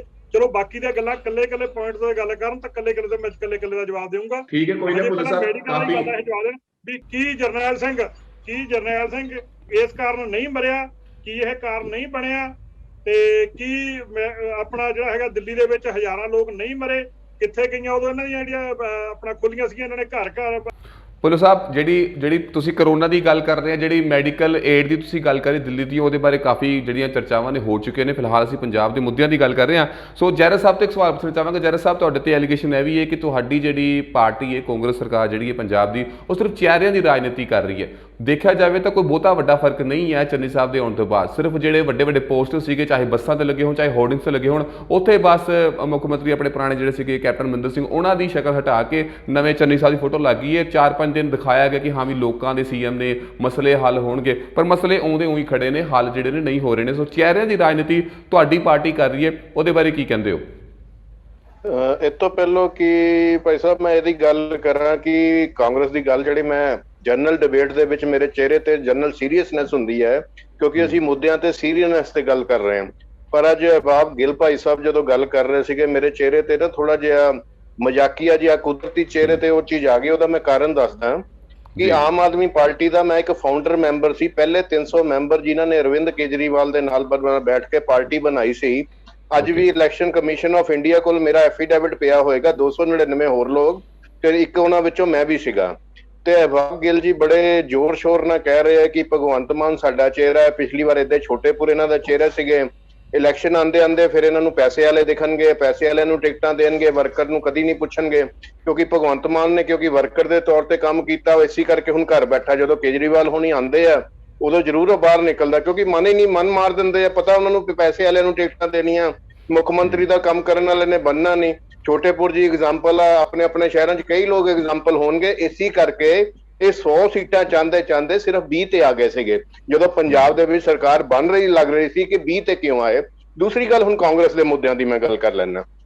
ਮੁੱਦੇ ਇਹਦੇ 'ਚ ਕੋਈ ਸ਼ੱਕ ਨਹੀਂ, ਤਸਵੀਰਾਂ ਬੱਸਾਂ ਤੇ ਵੀ ਬਦਲਦੀਆਂ। ਜਦੋਂ ਕੋਈ ਮੁੱਖ ਮੰਤਰੀ ਬਣਦਾ, ਉਹਦੀ ਪ੍ਰਧਾਨ ਮੰਤਰੀ ਨਾਲ ਮੀਟਿੰਗ ਹੋਵੇ, ਚਾਹੇ ਗ੍ਰਹਿ ਮੰਤਰੀ ਨਾਲ ਹੋਵੇ, ਇੱਕ ਫਾਰਮਲ ਚੀਜ਼ਾਂ ਕੁਝ ਹੁੰਦੀਆਂ। ਆਪਾਂ ਕਹਿੰਦੇ ਉਹ ਪੋਸਟਰ, ਜਿਹਨੂੰ ਆਪਾਂ ਕਹਿੰਦਾ ਕਿ ਪੋਸਟਰ ਬਦਲਦੇ ਆ। ਪੋਸਟਰ ਦੇ ਨਾਲ ਅੱਜ ਪੰਜਾਬ ਦਾ ਬੱਚਾ ਮੇਰਾ ਖਿਆਲ ਇਸ ਗੱਲ ਨੂੰ ਕਹਿੰਦਾ ਕਿ ਕੈਪਟਨ ਸਾਹਿਬ ਦੇ ਟਾਈਮ, ਮੈਂ ਨਹੀਂ ਕਹਿ ਰਿਹਾ ਕਿ ਆਪਾਂ ਜਿਹੜੇ ਆਪਣਾ ਮੈਨੀਫੈਸਟੋ ਨੂੰ ਭੁੱਲ ਗਏ ਸੀ, ਪਰ ਮੈਨੀਫੈਸਟੋ ਦੇ ਕੁਝ ਮੇਜਰ ਵਾਅਦੇ ਜਿਨ੍ਹਾਂ ਦਾ ਜਨਤਾ ਦਾ ਧਿਆਨ ਬਹੁਤ ਜ਼ਿਆਦਾ ਸੀਗਾ, ਚਾਹੇ ਉਹ ਨਸ਼ੇ ਦਾ ਸੀ, ਚਾਹੇ ਉਹ ਟਰਾਂਸਪੋਰਟ ਦਾ ਸੀਗਾ, ਚਾਹੇ ਬਿਜਲੀ ਦਾ ਮੁੱਦਾ ਸੀਗਾ, ਉਹਦੇ ਵੱਲ ਕੈਪਟਨ ਸਾਹਿਬ ਦਾ, ਅਸੀਂ ਕਹਿੰਦੇ 80 ਤੋਂ 85% ਵਾਅਦੇ ਅਸੀਂ ਕੈਪਟਨ ਸਾਹਿਬ ਦੇ ਟਾਈਮ ਤੇ ਪੂਰੇ ਕੀਤੇ। But 15% was also a major issue. ਔਰ ਮੇਜਰ ਇਸ਼ੂਜ਼ ਦੇ ਵਿੱਚ ਅੱਜ ਚੰਨੀ ਸਾਹਿਬ ਨੇ 2 ਕਿਲੋਵਾਟ ਦੇ, ਚਾਹੇ ਉਹ ਬਿਜਲੀ ਦੇ ਬਿੱਲ ਮਾਫ ਕਰਨ ਵਾਲੀ ਗੱਲ ਹੋਵੇਗੀ, ਚਾਹੇ ਪਾਣੀ ਦੇ ਬਿੱਲ ਮਾਫ ਕਰਨ ਵਾਲੀ ਗੱਲ ਹੋਵੇਗੀ, ਚਾਹੇ ਰਾਜਾ ਵੜਿੰਗ ਅੱਜ ਟਰਾਂਸਪੋਰਟ ਤੇ ਕੰਮ ਕਰ ਰਿਹਾ ਵੇ, ਉਹਦੇ ਵਿੱਚ ਸਾਰੀ ਦੁਨੀਆ ਦੇ ਸਾਹਮਣੇ ਹੈ, ਚਾਹੇ ਚੰਨੀ ਸਾਹਿਬ ਦੀ ਜਿਹੜੀ ਸਾਦਾਪਨ ਹੈ, ਜਿਹੜੀ ਉਹਨਾਂ ਦੀ ਸ਼ਖਸੀਅਤ ਹੈ ਕਿ ਮੁੱਖ ਮੰਤਰੀ ਪੰਜਾਬ ਨੂੰ ਕਿੱਦਾਂ ਦਾ ਚਾਹੀਦਾ। ਸਵਾਲ ਇਸ ਚੀਜ਼ ਦਾ ਨਹੀਂ ਕਿ ਚੰਨੀ ਸਾਹਿਬ ਇੱਕ ਬੰਦੇ ਨੂੰ ਸ਼ਗਨ ਦੇਣ ਉੱਥੇ ਖੜੇ ਹੋ ਗਏ। ਸਵਾਲ ਇਸ ਗੱਲ ਦਾ ਨਹੀਂ ਕਿ ਚੰਨੀ ਸਾਹਿਬ ਨੇ ਲੰਗਰ ਖਾਧਾ ਕਿ ਆਪਣੇ ਘਰ ਦੇ ਵਿੱਚ ਰੋਟੀ ਖਾਧੀ, ਪਰ ਇੱਕ ਮੁੱਖ ਮੰਤਰੀ ਦੀ ਸਾਦਗੀ। ਅੱਜ ਤੱਕ ਕਿੰਨੇ ਮੁੱਖ ਮੰਤਰੀਆਂ ਦੇ ਲੜਕਿਆਂ ਦੇ ਵਿਆਹ ਏਦਾਂ ਸਾਦਗੀ ਨਾਲ ਹੋਏ ਸੀ। ਇੱਕ ਮੁੱਖ ਮੰਤਰੀ ਮਤਲਬ ਜਿੱਦਾਂ ਅਸੀਂ ਕਹਿੰਦੇ ਦੇਸ਼ ਦਾ ਪ੍ਰਧਾਨ ਮੰਤਰੀ, he give signals to all community of the country. ਉਦਾਂ ਹੀ ਮੁੱਖ ਮੰਤਰੀ ਜਿਹੜਾ ਵਾ ਉਹ ਸਾਰੇ ਲੋਕਾਂ ਲਈ ਇੱਕ ਉਹ ਬਣਿਆ ਹੁੰਦਾ ਕਿ ਮਾਰਗਦਰਸ਼ਕ ਬਣਦਾ। ਜਦੋਂ ਕੰਮ ਵੀ ਹੁੰਦੇ ਆ, ਮਿਹਨਤ ਵੀ ਹੁੰਦੀ ਹੈ, ਉਸ ਟਾਈਮ ਮੁੱਦੇ ਜ਼ਰੂਰ ਹੱਲ ਹੋਣਗੇ ਔਰ ਹੱਲ ਹੋ ਵੀ ਰਹੇ ਆ। ਚਾਹੇ ਲਾਲ ਲਕੀਰ ਵਾਲਾ ਮੈਂ ਦੱਸ ਰਿਹਾ, ਬਿਜਲੀ ਦਾ ਕਹਿ ਰਿਹਾ, ਮੈਂ ਟਰਾਂਸਪੋਰਟ ਤੇ ਕਹਿ ਰਿਹਾ। ਹਾਂ, ਇੱਕ ਸ਼ਾਇਦ ਮੈਂ ਐਕਸਪੈਕਟ ਕਰਦਾ ਕਿ ਆਉਣ ਵਾਲੇ 2-3 ਮਹੀਨਿਆਂ 'ਚ ਜਨਤਾ ਦੇਖੇ ਕਿ ਚਾਹੇ ਬੇਅਦਬੀ ਦਾ ਮੁੱਦਾ ਵਾ, ਈਵਨ ਰੇਟਾਂ ਤੇ ਵੀ ਬੜੀ ਅੱਛੀ ਪਾਲਿਸੀ ਜੋ ਮੇਰੀ ਨੌਲੇਜ ਵਿੱਚ ਬਣ ਰਹੀ ਹੈ ਔਰ ਬਹੁਤ ਜਲਦੀ ਉਹਦਾ ਵੀ ਉਜਾਗਰ ਚੰਨੀ ਸਾਹਿਬ ਖੁਦ ਕਰਨਗੇ। ਔਰ ਇਸ ਕਰਕੇ ਜਨਤਾ ਨੂੰ ਕੀ ਚਾਹੀਦਾ, ਮੈਨੂੰ ਲੀਡਰਸ਼ਿਪ ਨਾ ਨਹੀਂ, ਐਜ਼ ਲੀਡਰ ਅਸੀਂ ਇੱਥੇ ਬੈਠ ਸਕਦੇ। ਅਕਾਲੀ ਦਲ ਦੇ ਵੀ ਨੁਮਾਇੰਦੇ ਬੈਠੇ ਆ, ਆਮ ਆਦਮੀ ਪਾਰਟੀ ਦੇ ਬੈਠੇ। ਲੀਡਰਸ਼ਿਪ ਦੇ ਵਿੱਚ ਤਾਂ ਅਸੀਂ ਪਾਰਟੀ ਦੀ ਗੱਲ ਕਰਾਂਗੇ, ਬੈਟਰ ਜਿੱਦਾਂ ਅਹਿਬਾਬ ਗਿੱਲ ਉਹਨਾਂ ਦੀ ਇੱਕ ਗੱਲ ਤੋਂ ਮੈਂ ਸਹਿਮਤ ਨਹੀਂ, ਦੂਸਰੀ ਗੱਲ ਤੋਂ ਮੈਂ ਸਹਿਮਤ ਵੀ ਹਾਂ। Yes, issue should be discussed, ਮੁੱਦਿਆਂ ਦੀ ਗੱਲ ਹੋਣੀ ਚਾਹੀਦੀ ਹੈ, ਚਿਹਰਿਆਂ ਦੀ ਨਹੀਂ। ਹੁਣ ਚਿਹਰਿਆਂ ਤੋਂ ਬਾਅਦ ਠੀਕ ਹੈ, ਚੰਨੀ ਸਾਹਿਬ ਦਾ ਜੇ ਚਿਹਰਾ ਆਇਆ, ਸਾਨੂੰ ਉਹ ਚਿਹਰਾ ਹੀ ਅੱਛਾ ਨਹੀਂ ਲੱਗਾ, ਉਸ ਚਿਹਰੇ ਦਾ ਕੰਮ ਕਰਨ ਦਾ ਵੀ ਢੰਗ ਅੱਛਾ ਲੱਗਾ, ਉਸ ਚਿਹਰੇ ਦਾ ਜਨਤਾ ਦੇ ਵਿੱਚ ਵਿਚਰਨਾ ਵੀ ਅੱਛਾ ਲੱਗਾ। ਜਨਤਾ ਨੂੰ ਚੇਂਜ ਇੱਕ ਸਾਹਮਣੇ ਆਈ ਵੀ ਕੈਪਟਨ ਸਾਹਿਬ ਚਾਹੇ ਉਹ ਕਰੋਨਾ ਕਾਲ ਕਰਕੇ ਸੀ ਜਾਂ ਕਿਸੇ ਕਰਕੇ ਸੀਗਾ, ਵੀ ਕੈਪਟਨ ਸਾਹਿਬ ਜਨਤਾ ਦੇ ਵਿੱਚ ਨਹੀਂ ਜਾ ਸਕੇ। ਕਾਂਗਰਸ ਪਾਰਟੀ ਨੂੰ ਮਹਿਸੂਸ ਹੋਇਆ ਯੈਸ ਵੀ ਸ਼ੁਡ ਚੇਂਜ, ਹਮੇं ਚੇਂਜ, ਆਪਾਂ ਨੂੰ ਸੀਐਮ ਜਿਹੜਾ ਚੇਂਜ ਕਰਨਾ ਚਾਹੀਦਾ ਹੈ, ਔਰ ਪੋਜ਼ਿਟਿਵ ਸਾਈਨ ਚ ਮੇਰੇ ਖਿਆਲ ਚੋਂ ਅੱਗੇ ਵਧ ਰਹੇ ਆ। ਇਟ ਵਿਲ ਟੇਕ ਟਾਈਮ, ਪਰ ਟਾਈਮ ਥੋੜਾ ਹੈ, ਥੋੜੇ ਟਾਈਮ ਚ ਤੇਜ਼ੀ ਨਾਲ ਕੰਮ ਕਰਾਂਗੇ। ਜਿੱਦਾਂ ਚੰਨੀ ਸਾਹਿਬ ਈਵਨ ਹੁਣ ਵੀ ਬੋਲ ਰਹੇ ਕਿ ਮੈਂ ਨਾ ਖੁਦ ਸੁਣਨਾ ਨਾ ਮੈਂ ਅਫਸਰਾਂ ਨੂੰ ਸੌਣ ਦਿੰਨਾ, ਡੈਫੀਨੇਟਲੀ ਉਹ ਕੰਮਾਂ ਤੇ ਹੀ ਗੱਲ ਹੋ ਰਹੀ ਹੋਏਗੀ। ਉਹਦੇ ਚ ਅਸੀਂ ਕੇਜਰੀਵਾਲ ਉਹਨਾਂ ਦੀ ਤਰ੍ਹਾਂ ਮਾਫੀ ਨਹੀਂ ਮੰਗਾਂਗੇ ਕਿ ਪਹਿਲੋਂ ਕਹਾਂਗੇ ਮੈਂ ਹੀ ਨਹੀਂ कहता, केजरीवाल ही नहीं कहता, मैं भी कहता हूं कि विक्रम मजीठिया नशे का सौदागर है। बेचारे गरीब छोटे छोटे बच्चे स्टूडेंट्स तो पोस्टर लगवाते, खुद भज के माफी मांग ले। वाह कमाल दी पॉलिटिक्स है केजरीवाल साहब की। जनता देख रही है, जनता मुद्दਿਆਂ ਦੀ ਰਾਜਨੀਤੀ ਤੇ ਵੋਟ ਦੇਗੀ, ਔਰ ਮੈਨੂੰ ਪੂਰਾ ਵਿਸ਼ਵਾਸ ਹੈ ਕਿ ਕਾਂਗਰਸ ਪਾਰਟੀ ਅੱਗੇ ਨਾਲੋਂ ਵੀ ਅੱਛੀ ਪਰਫਾਰਮੈਂਸ ਇਸ ਇਲੈਕਸ਼ਨ ਦੇ ਵਿੱਚ ਕਰਨ ਜਾ ਰਹੀ ਹੈ। ਜੀ ਬਾਕੀ ਸਮਾਂ ਥੋੜਾ ਤੇ ਮਸਲੇ ਬਹੁਤ ਨੇ, ਸੋ ਉਮੀਦ ਕਰਦੇ ਹਾਂ ਕਿ ਤੁਹਾਡੀ ਜਿਹੜੀ ਪਾਰਟੀ ਹੈ ਉਸ ਰਹਿੰਦੇ ਸਮੇਂ ਵਿੱਚ ਕੁਝ ਜ਼ਰੂਰ ਇਹੋ ਜਿਹਾ ਕਰੇ ਕਿ ਲੋਕਾਂ ਦਾ ਦੁਬਾਰਾ ਵਿਸ਼ਵਾਸ ਬਣੇ। ਪਰ ਹੋਰ ਵੀ ਜਿਹੜੇ ਮੁੱਦੇ ਨੇ ਅਸੀਂ ਅੱਜ ਦੇ ਡਿਬੇਟ ਵਿੱਚ ਜ਼ਰੂਰ ਛੇੜਾਂਗੇ, ਉਹਨਾਂ ਤੇ ਗੱਲਬਾਤ ਕਰਾਂਗੇ। ਫਿਲਹਾਲ ਸਮਾਂ ਚ ਛੋਟੀ ਜਿਹੀ ਬ੍ਰੇਕ ਦਾ, ਮਿਲਦੇ ਹਾਂ ਬ੍ਰੇਕ ਤੋਂ ਬਾਅਦ। ਬ੍ਰੇਕ ਤੋਂ ਬਾਅਦ ਸਵਾਗਤ ਹੈ ਪ੍ਰੋਗਰਾਮ ਇਲੈਕਸ਼ਨ ਆਰ ਦੇ ਵਿੱਚ। ਸੋ ਜਿਵੇਂ ਕਿ ਆਪਾਂ ਪਹਿਲਾਂ ਕੈਪਟਨ ਸਾਹਿਬ ਦੀ ਗੱਲ ਕਰ ਰਹੇ ਸੀਗੇ, ਸੋ ਮੈਂ ਦੁਬਾਰਾ ਜੈਰਾ ਸਾਹਿਬ ਤੁਹਾਡੇ ਤੋਂ ਸਵਾਲ ਪੁੱਛਣਾ ਚਾਹਾਂਗਾ ਕਿ ਜੇਕਰ ਨਵੀਂ ਪਾਰਟੀ ਚਲੋ ਹੁਣ ਅਨਾਊਂਸ ਹੋ ਹੀ ਗਈ ਹੈ, ਬੀਜੇਪੀ ਨਾਲ ਹੱਥ ਮਿਲਾਉਣ ਦੀ ਵੀ ਗੱਲ ਹੋ ਗਈ ਹੈ, ਪਰ ਇਸ ਨਾਲ ਸਭ ਤੋਂ ਜ਼ਿਆਦਾ ਨੁਕਸਾਨ ਕੀ ਕਾਂਗਰਸ ਨੂੰ ਹੋਵੇਗਾ? ਕਿਉਂਕਿ ਕਾਂਗਰਸ ਦੇ ਕਾਫੀ ਸਾਰੇ ਜਿਹੜੇ ਵਿਧਾਇਕ ਨੇ ਹਲੇ ਵੀ ਕੈਪਟਨ ਸਾਹਿਬ ਦੀ ਫੇਵਰ ਕਰਦੇ ਸੀਗੇ ਐਂਡ ਹਜੇ ਵੀ ਕਰ ਰਹੇ ਨੇ। ਸੋ ਕਿੰਨਾ ਕੁ ਨੁਕਸਾਨ ਤੁਹਾਨੂੰ ਲੱਗਦਾ ਕਿ ਕਾਂਗਰਸ ਨੂੰ ਹੋਵੇਗਾ, ਤੇ ਕਿੰਨਾ ਕੁ ਕੰਪੀਟੀਸ਼ਨ ਕਹਿ ਲਓ ਕਿ ਤੁਸੀਂ ਕੰਪੀਟੀਟਰ ਕਿੰਨਾ ਕੁ ਮੰਨਦੇ ਹੋ ਕੈਪਟਨ ਦੀ ਜਿਹੜੀ ਨਵੀਂ ਜਿਹੜੀ ਪਾਰਟੀ ਜਿਹੜੀ ਅਨਾਊਂਸ ਕੀਤੀ ਗਈ ਹੈ, ਉਹਦੇ ਬਾਰੇ ਕੀ ਕਹਿੰਦੇ ਹੋ ਜੈਰਾ ਸਾਹਿਬ? ਦੇਖੋ ਜੀ, ਕੈਪਟਨ ਸਾਹਿਬ ਚਾਹੇ ਨਵੀਂ ਪਾਰਟੀ ਬਣਾਉਣ, ਚਾਹੇ ਉਹ ਬੀਜੇਪੀ ਨਾਲ ਰਲ ਕੇ ਬਣਾਉਣ ਜਾਂ ਬੀਜੇਪੀ 'ਚ ਸ਼ਾਮਿਲ ਹੋ ਜਾਣ, ਉਹਨਾਂ ਨੂੰ ਅਧਿਕਾਰ ਬਾਬਾ ਸਾਹਿਬ ਅੰਬੇਦਕਰ ਦਾ ਕਨਸਟੀਟਿਊਸ਼ਨ ਅਧਿਕਾਰ ਦਿੰਦਾ, ਕਿਸੇ ਨੂੰ ਆਪਾਂ ਉਸ ਅਧਿਕਾਰ ਤੋਂ ਵਾਂਛਿਤ ਨਹੀਂ ਕਰ ਸਕਦੇ। ਦੂਸਰੀ ਗੱਲ, ਜਿੱਥੇ ਤੱਕ ਕਾਂਗਰਸ ਨੂੰ ਨੁਕਸਾਨ ਦੀ ਤੁਸੀਂ ਗੱਲ ਕਰ ਰਹੇ ਹੋ ਕਿ ਕੈਪਟਨ ਸਾਹਿਬ ਨੇ ਹੁਣ ਖੁਦ ਵੀ ਦੇਖ ਲਿਆ ਕਿ ਕਿੰਨੇ ਕੁ ਵਿਧਾਇਕ ਜਾਂ ਐਮਪੀ ਉਹਨਾਂ ਦੇ ਨਾਲ ਖੜੇ ਆ ਜਾਂ ਜਨਤਾ ਕਿੰਨੀ ਕੁ ਉਹਨਾਂ ਦੇ ਨਾਲ ਖੜੀ ਆ, ਉਹਨਾਂ ਨੂੰ ਅਸੈਸ ਹੋ ਚੁੱਕਾ ਹੈ। ਬੀਜੇਪੀ ਖੁਦ ਵੀ ਇਸ ਲੈਵਲ ਦੀ ਅਸੈਸਮੈਂਟ ਨੈਸ਼ਨਲ ਲੈਵਲ ਤੇ ਜ਼ਰੂਰ ਕਰ ਰਹੀ ਹੋਵੇਗੀ ਕਿ ਪੰਜਾਬ ਵਿੱਚ ਉਹਨਾਂ ਦੀ ਹੋਂਦ ਹੁਣ ਕੀ ਹੈ। ਬੀਜੇਪੀ ਨੂੰ ਤਾਂ ਐਤਕੀ ਇਸ ਵਾਰ ਤਿਨਕੇ ਦਾ ਵੀ ਸਹਾਰਾ ਚਾਹੀਦਾ ਵੀ ਉਹਨਾਂ ਨੂੰ ਤਾਂ ਇਸ ਟਾਈਮ ਖੜੇ ਹੋਣ ਲਈ ਲੋਕ, ਕਿਉਂਕਿ ਕਿਸਾਨਾਂ ਨੇ ਜੋ ਹਾਲ ਉਹਨਾਂ ਦਾ ਪੰਜਾਬ ਦੇ ਵਿੱਚ ਕੀਤਾ, ਔਰ ਸੱਚਾਈ ਵੀ ਹੈ, ਜੋ ਹਾਲ ਉਹਨਾਂ ਨੇ ਕਿਸਾਨਾਂ ਦਾ ਬੀਜੇਪੀ ਨੇ ਕੀਤਾ, ਅੱਜ ਕਿਸਾਨ ਉਹੀ ਹਾਲ ਬੀਜੇਪੀ ਦਾ ਪੰਜਾਬ ਦੇ ਵਿੱਚ ਕਰ ਰਹੇ ਆ ਤੇ ਕਰਨ ਜਾ ਰਹੇ ਆ। ਬੀਜੇਪੀ ਦਾ ਜੇ ਕੈਪਟਨ ਸਹਾਰਾ ਬਣਦੇ ਵੀ ਹੈ ਜਾਂ ਖੜੇ ਹੋਣ ਦੀ ਕੋਸ਼ਿਸ਼, ਮੇਰੇ ਖਿਆਲ ਚ ਲੋਕ ਉਹਨਾਂ ਨੂੰ ਮੂੰਹ ਇਸ ਕਰਕੇ ਨਹੀਂ ਲਗਾਉਣਗੇ ਕਿਉਂਕਿ ਬੀਜੇਪੀ ਦਾ ਸਵਾਲ ਨਹੀਂ, ਕਿਸਾਨ ਵਿਰੋਧੀ ਜਿਹੜੇ 3 ਬਿੱਲ ਹੈ ਸਵਾਲ ਉਹਨਾਂ ਦਾ, ਔਰ ਸਾਰਾ ਹਿੰਦੁਸਤਾਨ ਦੇ ਵਿੱਚ ਜੇ ਵਿਰੋਧ ਹੋਇਆ ਤੇ ਜਿੰਨਾ ਪੰਜਾਬ, ਹਰਿਆਣੇ ਔਰ ਯੂਪੀ ਦੇ ਕੁਝ ਹਿੱਸੇ ਨੇ ਜਿੰਨਾ ਉਹਦਾ ਵਿਰੋਧ ਕੀਤਾ ਹੈ, ਹੋਰ ਕਿਸੇ ਸਟੇਟ ਦੇ ਵਿੱਚ ਮੈਂ ਕਹੂੰਗਾ ਉਸ ਲੈਵਲ ਦਾ ਸਮਰਥਨ ਕਿਸਾਨਾਂ ਨੂੰ ਨਹੀਂ ਮਿਲਿਆ ਜਿਸ ਲੈਵਲ ਦਾ ਇਹਨਾਂ 3 ਸਟੇਟਾਂ ਨੇ ਦਿੱਤਾ, ਔਰ ਕੁਝ ਹਿੱਸਾ ਰਾਜਸਥਾਨ ਨੇ। ਇਸ ਕਰਕੇ ਮੈਂ ਕੈਪਟਨ ਸਾਹਿਬ ਦੀ ਪਾਰਟੀ ਬਣਾਉਣ ਤੋਂ, ਨੋਬਡੀ ਟੂ ਸਟਾਪ, ਸਾਡੇ ਚੰਨੀ ਮੁੱਖ ਮੰਤਰੀ ਹੋਣ ਜਾਂ ਸੋਨੀਆ ਗਾਂਧੀ ਨੈਸ਼ਨਲ ਪ੍ਰੈਜ਼ੀਡੈਂਟ ਹੋਣ, ਹੂ ਕੈਨ ਸਟਾਪ, ਕੋਈ ਨਹੀਂ ਰੋਕ ਸਕਦਾ ਉਹਨਾਂ ਨੂੰ ਪਾਰਟੀ ਬਣਾਉਣ ਤੋਂ, ਉਹਨਾਂ ਨੂੰ ਹੱਕ ਹੈ। ਪਰ ਮੈਂ ਅਪੀਲ ਦੇ ਤੌਰ ਤੇ ਤੁਹਾਡੇ ਚੈਨਲ ਥਰੂ ਵੀ ਇਹ ਅਪੀਲ ਕਰੂੰਗਾ ਵੀ ਕੈਪਟਨ ਸਾਹਿਬ ਹਜੇ ਵੀ ਕਾਂਗਰਸ ਨੂੰ ਤੁਹਾਡੀ ਲੋੜ ਹੈ। ਇਹਨੂੰ ਇਹ ਨਾ ਸੋਚੋ ਇੱਕ ਟੈਂਪਰੇਰੀ ਪੀਰੀਅਡ ਹੈ, ਤੁਸੀਂ ਟੈਂਪਰੇਰੀ ਫੇਸ ਹੁੰਦਾ ਜਦੋਂ ਤੁਸੀਂ ਲੱਗਦਾ ਵੀ ਮੇਰੀ ਇੱਜ਼ਤ ਨਹੀਂ ਹੋਈ, ਇੱਜ਼ਤ ਨਹੀਂ ਹੋਈ ਹੁੰਦੀ ਤੇ ਪਹਿਲਾਂ ਵੀ ਤੁਸੀਂ ਕਾਂਗਰਸ ਦੇ ਚੀਫ ਮਿਨਿਸਟਰ ਰਹੇ, ਹੁਣ ਵੀ 4.5 ਸਾਲ ਚੀਫ ਮਿਨਿਸਟਰ ਰਹੇ, ਕੋਈ ਐਸਾ ਕੰਮ ਕਾਂਗਰਸ ਨੇ ਨਹੀਂ ਕੀਤਾ ਕਿ ਰਾਤੋਂ ਰਾਤ ਤੁਹਾਨੂੰ ਚੀਫ ਮਿਨਿਸਟਰ ਤੋਂ ਹਟਾਤਾ। ਇੱਕ ਮੀਟਿੰਗ ਰੱਖੀ ਸੀ, ਉਹਦੇ ਬਾਰੇ ਵੀ ਬੈਠ ਕੇ ਤੁਸੀਂ ਜੇ ਉਹਦੇ ਵਿੱਚ ਸ਼ਾਮਿਲ ਹੁੰਦੇ ਸ਼ਾਇਦ ਕੁਝ ਰਿਜ਼ੋਲਵ ਹੋ ਜਾਂਦਾ, ਪਰ ਤੁਸੀਂ ਖੁਦ ਵਿਡਰਾ ਕਰ ਗਏ ਉਸ ਮੀਟਿੰਗ ਤੋਂ ਬਾਅਦ, ਤੁਸੀਂ ਖੁਦ ਅਸਤੀਫਾ ਦੇ ਗਏ, ਇਸ ਕਰਕੇ ਕਾਂਗਰਸ ਦੇ ਵਿੱਚ ਤੁਸੀਂ ਚੀਫ ਮਿਨਿਸਟਰ ਨਹੀਂ ਰਹੇ। But still Congress needs you, but if you still ready to make your new party, you are always welcome, Congress always welcome. ਔਰ ਮੈਂ ਪੰਜਾਬ ਦੀ ਜਨਤਾ ਤੋਂ ਬਹੁਤ ਜ਼ਿਆਦਾ ਆਸ਼ਾਵਾਨ ਹਾਂ, ਬਹੁਤ ਜ਼ਿਆਦਾ ਆਸ਼ਾਵਾਨ ਹਾਂ ਕਿ ਪੰਜਾਬ ਦੀ ਜਨਤਾ ਕੈਪਟਨ ਸਾਹਿਬ ਜਾਂ ਬੀਜੇਪੀ ਨੂੰ ਇਹਨਾਂ ਇਲੈਕਸ਼ਨਾਂ ਵਿੱਚ ਮੂੰਹ ਨਹੀਂ ਲਗਾਏਗੀ। ਜੀ ਠੀਕ ਹੈ, ਤੁਸੀਂ ਆਪਣਾ ਪੱਖ ਰੱਖਿਆ, ਪਰ ਅਗਰ ਅਸੀਂ ਪੰਜਾਬ ਦੀ ਮੁੱਦਿਆਂ ਦੀ ਗੱਲ ਕਰੀਏ ਤਾਂ ਇਸ ਵਕਤ ਸਭ ਤੋਂ ਵੱਡਾ ਜਿਹੜਾ ਮੁੱਦਾ ਹੈ ਕਿਸਾਨੀ ਦਾ ਮੁੱਦਾ ਹੈ। ਹਰ ਇੱਕ ਪਾਰਟੀ, ਅਗਰ ਮੈਂ ਗੱਲ ਕਰਾਂ ਆਮ ਆਦਮੀ ਪਾਰਟੀ, ਕਾਂਗਰਸ ਜਾਂ ਅਕਾਲੀ ਦਲ ਜਿਹੜੇ ਨੇ ਆਪਣੇ ਕਿਸਾਨ ਵੀਰਾਂ ਨੂੰ ਫੁੱਲ ਸਪੋਰਟ ਦੇ ਰਹੇ ਨੇ, ਪਰ ਉੱਥੇ ਹੀ ਹਰ ਇੱਕ ਪਾਰਟੀ ਇਹ ਵੀ ਕਹਿ ਰਹੀ ਕਿ ਅਸੀਂ ਜੀ ਤਿੰਨੋਂ ਜਿਹੜੇ ਕਾਲੇ ਕਾਨੂੰਨ ਨੇ ਉਹਨਾਂ ਦੇ ਅਸੀਂ ਅਗੇਂਸਟ ਬੋਲਾਂਗੇ, ਰੱਦ ਕਰਾਉਣ ਦੀ ਪੂਰੀ ਕੋਸ਼ਿਸ਼ ਕਰਾਂਗੇ। ਪਰ ਇੱਥੇ ਕੈਪਟਨ ਸਾਹਿਬ ਦੀ ਨਵੀਂ ਪਾਰਟੀ ਆ ਜਾਂਦੀ ਹੈ, ਸਾਨੂੰ ਸਾਰਿਆਂ ਨੂੰ ਪਤਾ ਕਿ ਬੀਜੇਪੀ ਦੇ ਨਾਲ ਇਹਨਾਂ ਦਾ ਹੱਥ ਮਿਲਿਆ ਹੋਇਆ, ਸੋ ਬੀਜੇਪੀ ਨੇ ਹੀ ਕਾਨੂੰਨ ਲਿਆਂਦੇ ਨੇ। ਅਗਰ ਬੀਜੇਪੀ ਅਗਰ ਇਹ ਅਨਾਉਂਸ ਕਰ ਦਿੰਦੀ ਹੈ ਜਾਂ ਫਿਰ ਆਉਣ ਵਾਲੇ ਸਮੇਂ ਵਿੱਚ ਇਦਾਂ ਦਾ ਕੁਝ ਹੋ ਜਾਂਦਾ ਕਿ 3 ਕਾਲੇ ਜਿਹੜੇ ਕਾਨੂੰਨ ਨੇ ਵਾਪਸ ਲਏ ਜਾਂਦੇ ਨੇ ਜਾਂ ਰੱਦ ਹੋ ਜਾਂਦੇ ਨੇ, ਉਹਨਾਂ ਨਾਲ ਕੈਪਟਨ ਨੂੰ ਫਾਇਦਾ ਹੋ ਸਕਦਾ ਹੈ, ਕੈਪਟਨ ਦੁਬਾਰਾ ਇੱਕ ਚਿਹਰੇ ਦੇ ਤੌਰ ਤੇ ਆ ਸਕਦੇ ਨੇ, ਕਾਫੀ ਫਾਇਦਾ ਹੋ ਸਕਦਾ। ਉਹਦੇ ਬਾਰੇ ਫਿਰ ਕੀ ਲੱਗਦਾ ਕਿ ਉੱਥੇ ਫਿਰ ਤੁਹਾਡੇ ਸਾਰੇ ਲੋਕਾਂ ਨਾਲ, ਸਾਰੀ ਪਾਰਟੀਆਂ ਨਾਲ ਤੇ ਨਾਇਨਸਾਫੀ ਹੋਗੀ, ਪਰ ਉੱਥੇ 700 ਲੋਕ ਜਿਹੜੇ ਸ਼ਹੀਦ ਹੋਏ ਨੇ ਉਹਨਾਂ ਬਾਰੇ ਕੀ ਵਿਚਾਰ ਕੀਤਾ ਜਾਏਗਾ? ਉਹਨਾਂ ਨਾਲ ਵੀ ਧੋਖਾ ਹੋਇਆ ਵਾ। ਭੁੱਲਰ ਸਾਹਿਬ, ਤੁਸੀਂ ਕੀ ਕਹਿੰਦੇ ਹੋ? ਜਿਹੜੀ ਇਹਨਾਂ ਦੋਨਾਂ ਪਾਰਟੀਆਂ ਦੀ ਕਮਾਂਡ ਹੈ, ਚਾਹੇ ਬੀਜੇਪੀ ਦੀ ਹੈ, ਚਾਹੇ ਕਾਂਗਰਸ ਦੀ ਹੈ, ਤੇ ਚਾਹੇ ਉਹ ਆਮ ਆਦਮੀ ਪਾਰਟੀ ਦੀ ਹੈ, ਉਹ ਦਿੱਲੀ ਦੇ ਵਿੱਚ ਬੈਠੇ ਬੰਦਿਆਂ ਦੇ ਹੱਥ 'ਚ ਹੈ, ਜਿਹਦੇ ਕਾਰਨ ਪਹਿਲਾਂ ਵੀ ਕੈਪਟਨ ਸਾਹਿਬ ਨੂੰ ਜਿਹੜਾ ਕੰਮ ਹੈਗਾ ਉਹ ਉਹਦੀ ਮਰਜ਼ੀ ਦੇ ਨਾਲ ਨਹੀਂ ਕਰ ਸਕੇ, ਤੇ ਨਾ ਹੀ ਉਹਨਾਂ ਨੇ ਕੀਤਾ ਜੋ ਉਹਨਾਂ ਨੇ ਵਾਅਦੇ ਕੀਤੇ ਸੀਗੇ। ਇਹਨਾਂ ਦੀ ਪਾਰਟੀ ਨੂੰ, ਕਾਂਗਰਸ ਨੂੰ, ਉੱਤੋਂ ਪ੍ਰਸ਼ਾਂਤ ਕਿਸ਼ੋਰ ਜੀ ਚਲਾਉਂਦੇ ਆ। ਉਹ ਇੱਕ ਆਈਡੀਆ ਦਿੰਦੇ ਆ ਕਿ ਇਸ ਆਈਡੀਆ ਤੇ ਕੰਮ ਕਰੋ ਤੇ ਇਹਦੇ ਨਾਲ ਤੁਹਾਡੇ ਇਸ ਬੂਟ ਦਾ ਫਾਇਦਾ ਹੋਊਗਾ, ਜਿਹਦੇ ਵਿੱਚ ਤੁਸੀਂ ਸਾਫ਼ ਦੇ ਸਕਦੇ ਹੋ ਲੇਡੀਜ਼ ਦੀ ਟਿਕਟ ਫ੍ਰੀ ਕਰਨਾ ਵਗੈਰਾ ਵਗੈਰਾ, ਉਹ ਕੰਮ ਉਹਨਾਂ ਕੋਲੋਂ ਕਰਵਾਏ ਗਏ। ਜਦੋਂ ਉਹਨਾਂ ਨੂੰ ਲੱਗਿਆ ਕਿ ਇਹ ਜਿਹੜੇ ਸਾਡੇ ਇਹ ਫਾਰਮੂਲੇ ਨੇ ਕਾਮਯਾਬ ਨਹੀਂ ਹੋਏ, ਤਾਂ ਉਹਨਾਂ ਨੇ ਕੈਪਟਨ ਨੂੰ ਲਾ ਕੇ ਰਬੜ ਦੀ ਮੋਹਰ ਵਾਂਗੂ ਪਾਸੇ ਕਰਕੇ ਨਵੀਂ ਮੋਹਰ ਲਾਤੀ। ਅੱਜ ਚੰਨੀ ਜੀ ਨੂੰ ਜੇ ਅੱਜ 1 ਮਹੀਨਾ ਨੂੰ ਬਣੇ ਹੋ ਗਏ ਤਾਂ 15 ਦਿਨ ਉਹਨਾਂ ਦੇ ਦਿੱਲੀ 'ਚ ਹੀ ਗੁਜ਼ਰੇ ਨੇ, ਕਦੇ ਸਿੱਧੂ ਨੂੰ ਮਨਾਉਣ ਵਾਸਤੇ ਤੇ ਕਦੇ ਪਾਰਟੀ ਹਾਈ ਕਮਾਂਡ ਤੋਂ ਹੁਕਮ ਲੈਣ ਵਾਸਤੇ। ਇਸੇ ਤਰ੍ਹਾਂ ਹੀ ਉਹਨਾਂ ਦਾ ਅੱਗੇ ਜੇਕਰ ਬੀਜੇਪੀ ਦੇ ਵਿੱਚ ਜਾਂਦੇ ਨੇ ਤਾਂ ਬੀਜੇਪੀ ਦੇ ਵਿੱਚ ਵੀ ਉਹਨਾਂ ਦਾ ਇਹੀ ਹਾਲ ਹੋਣਾ ਹੈ, ਔਰ ਸੇਮ ਹੀ ਹਾਲ ਜਿਹੜਾ ਹੈਗਾ ਉਹ ਆਮ ਆਦਮੀ ਪਾਰਟੀ ਦਾ ਹੈ।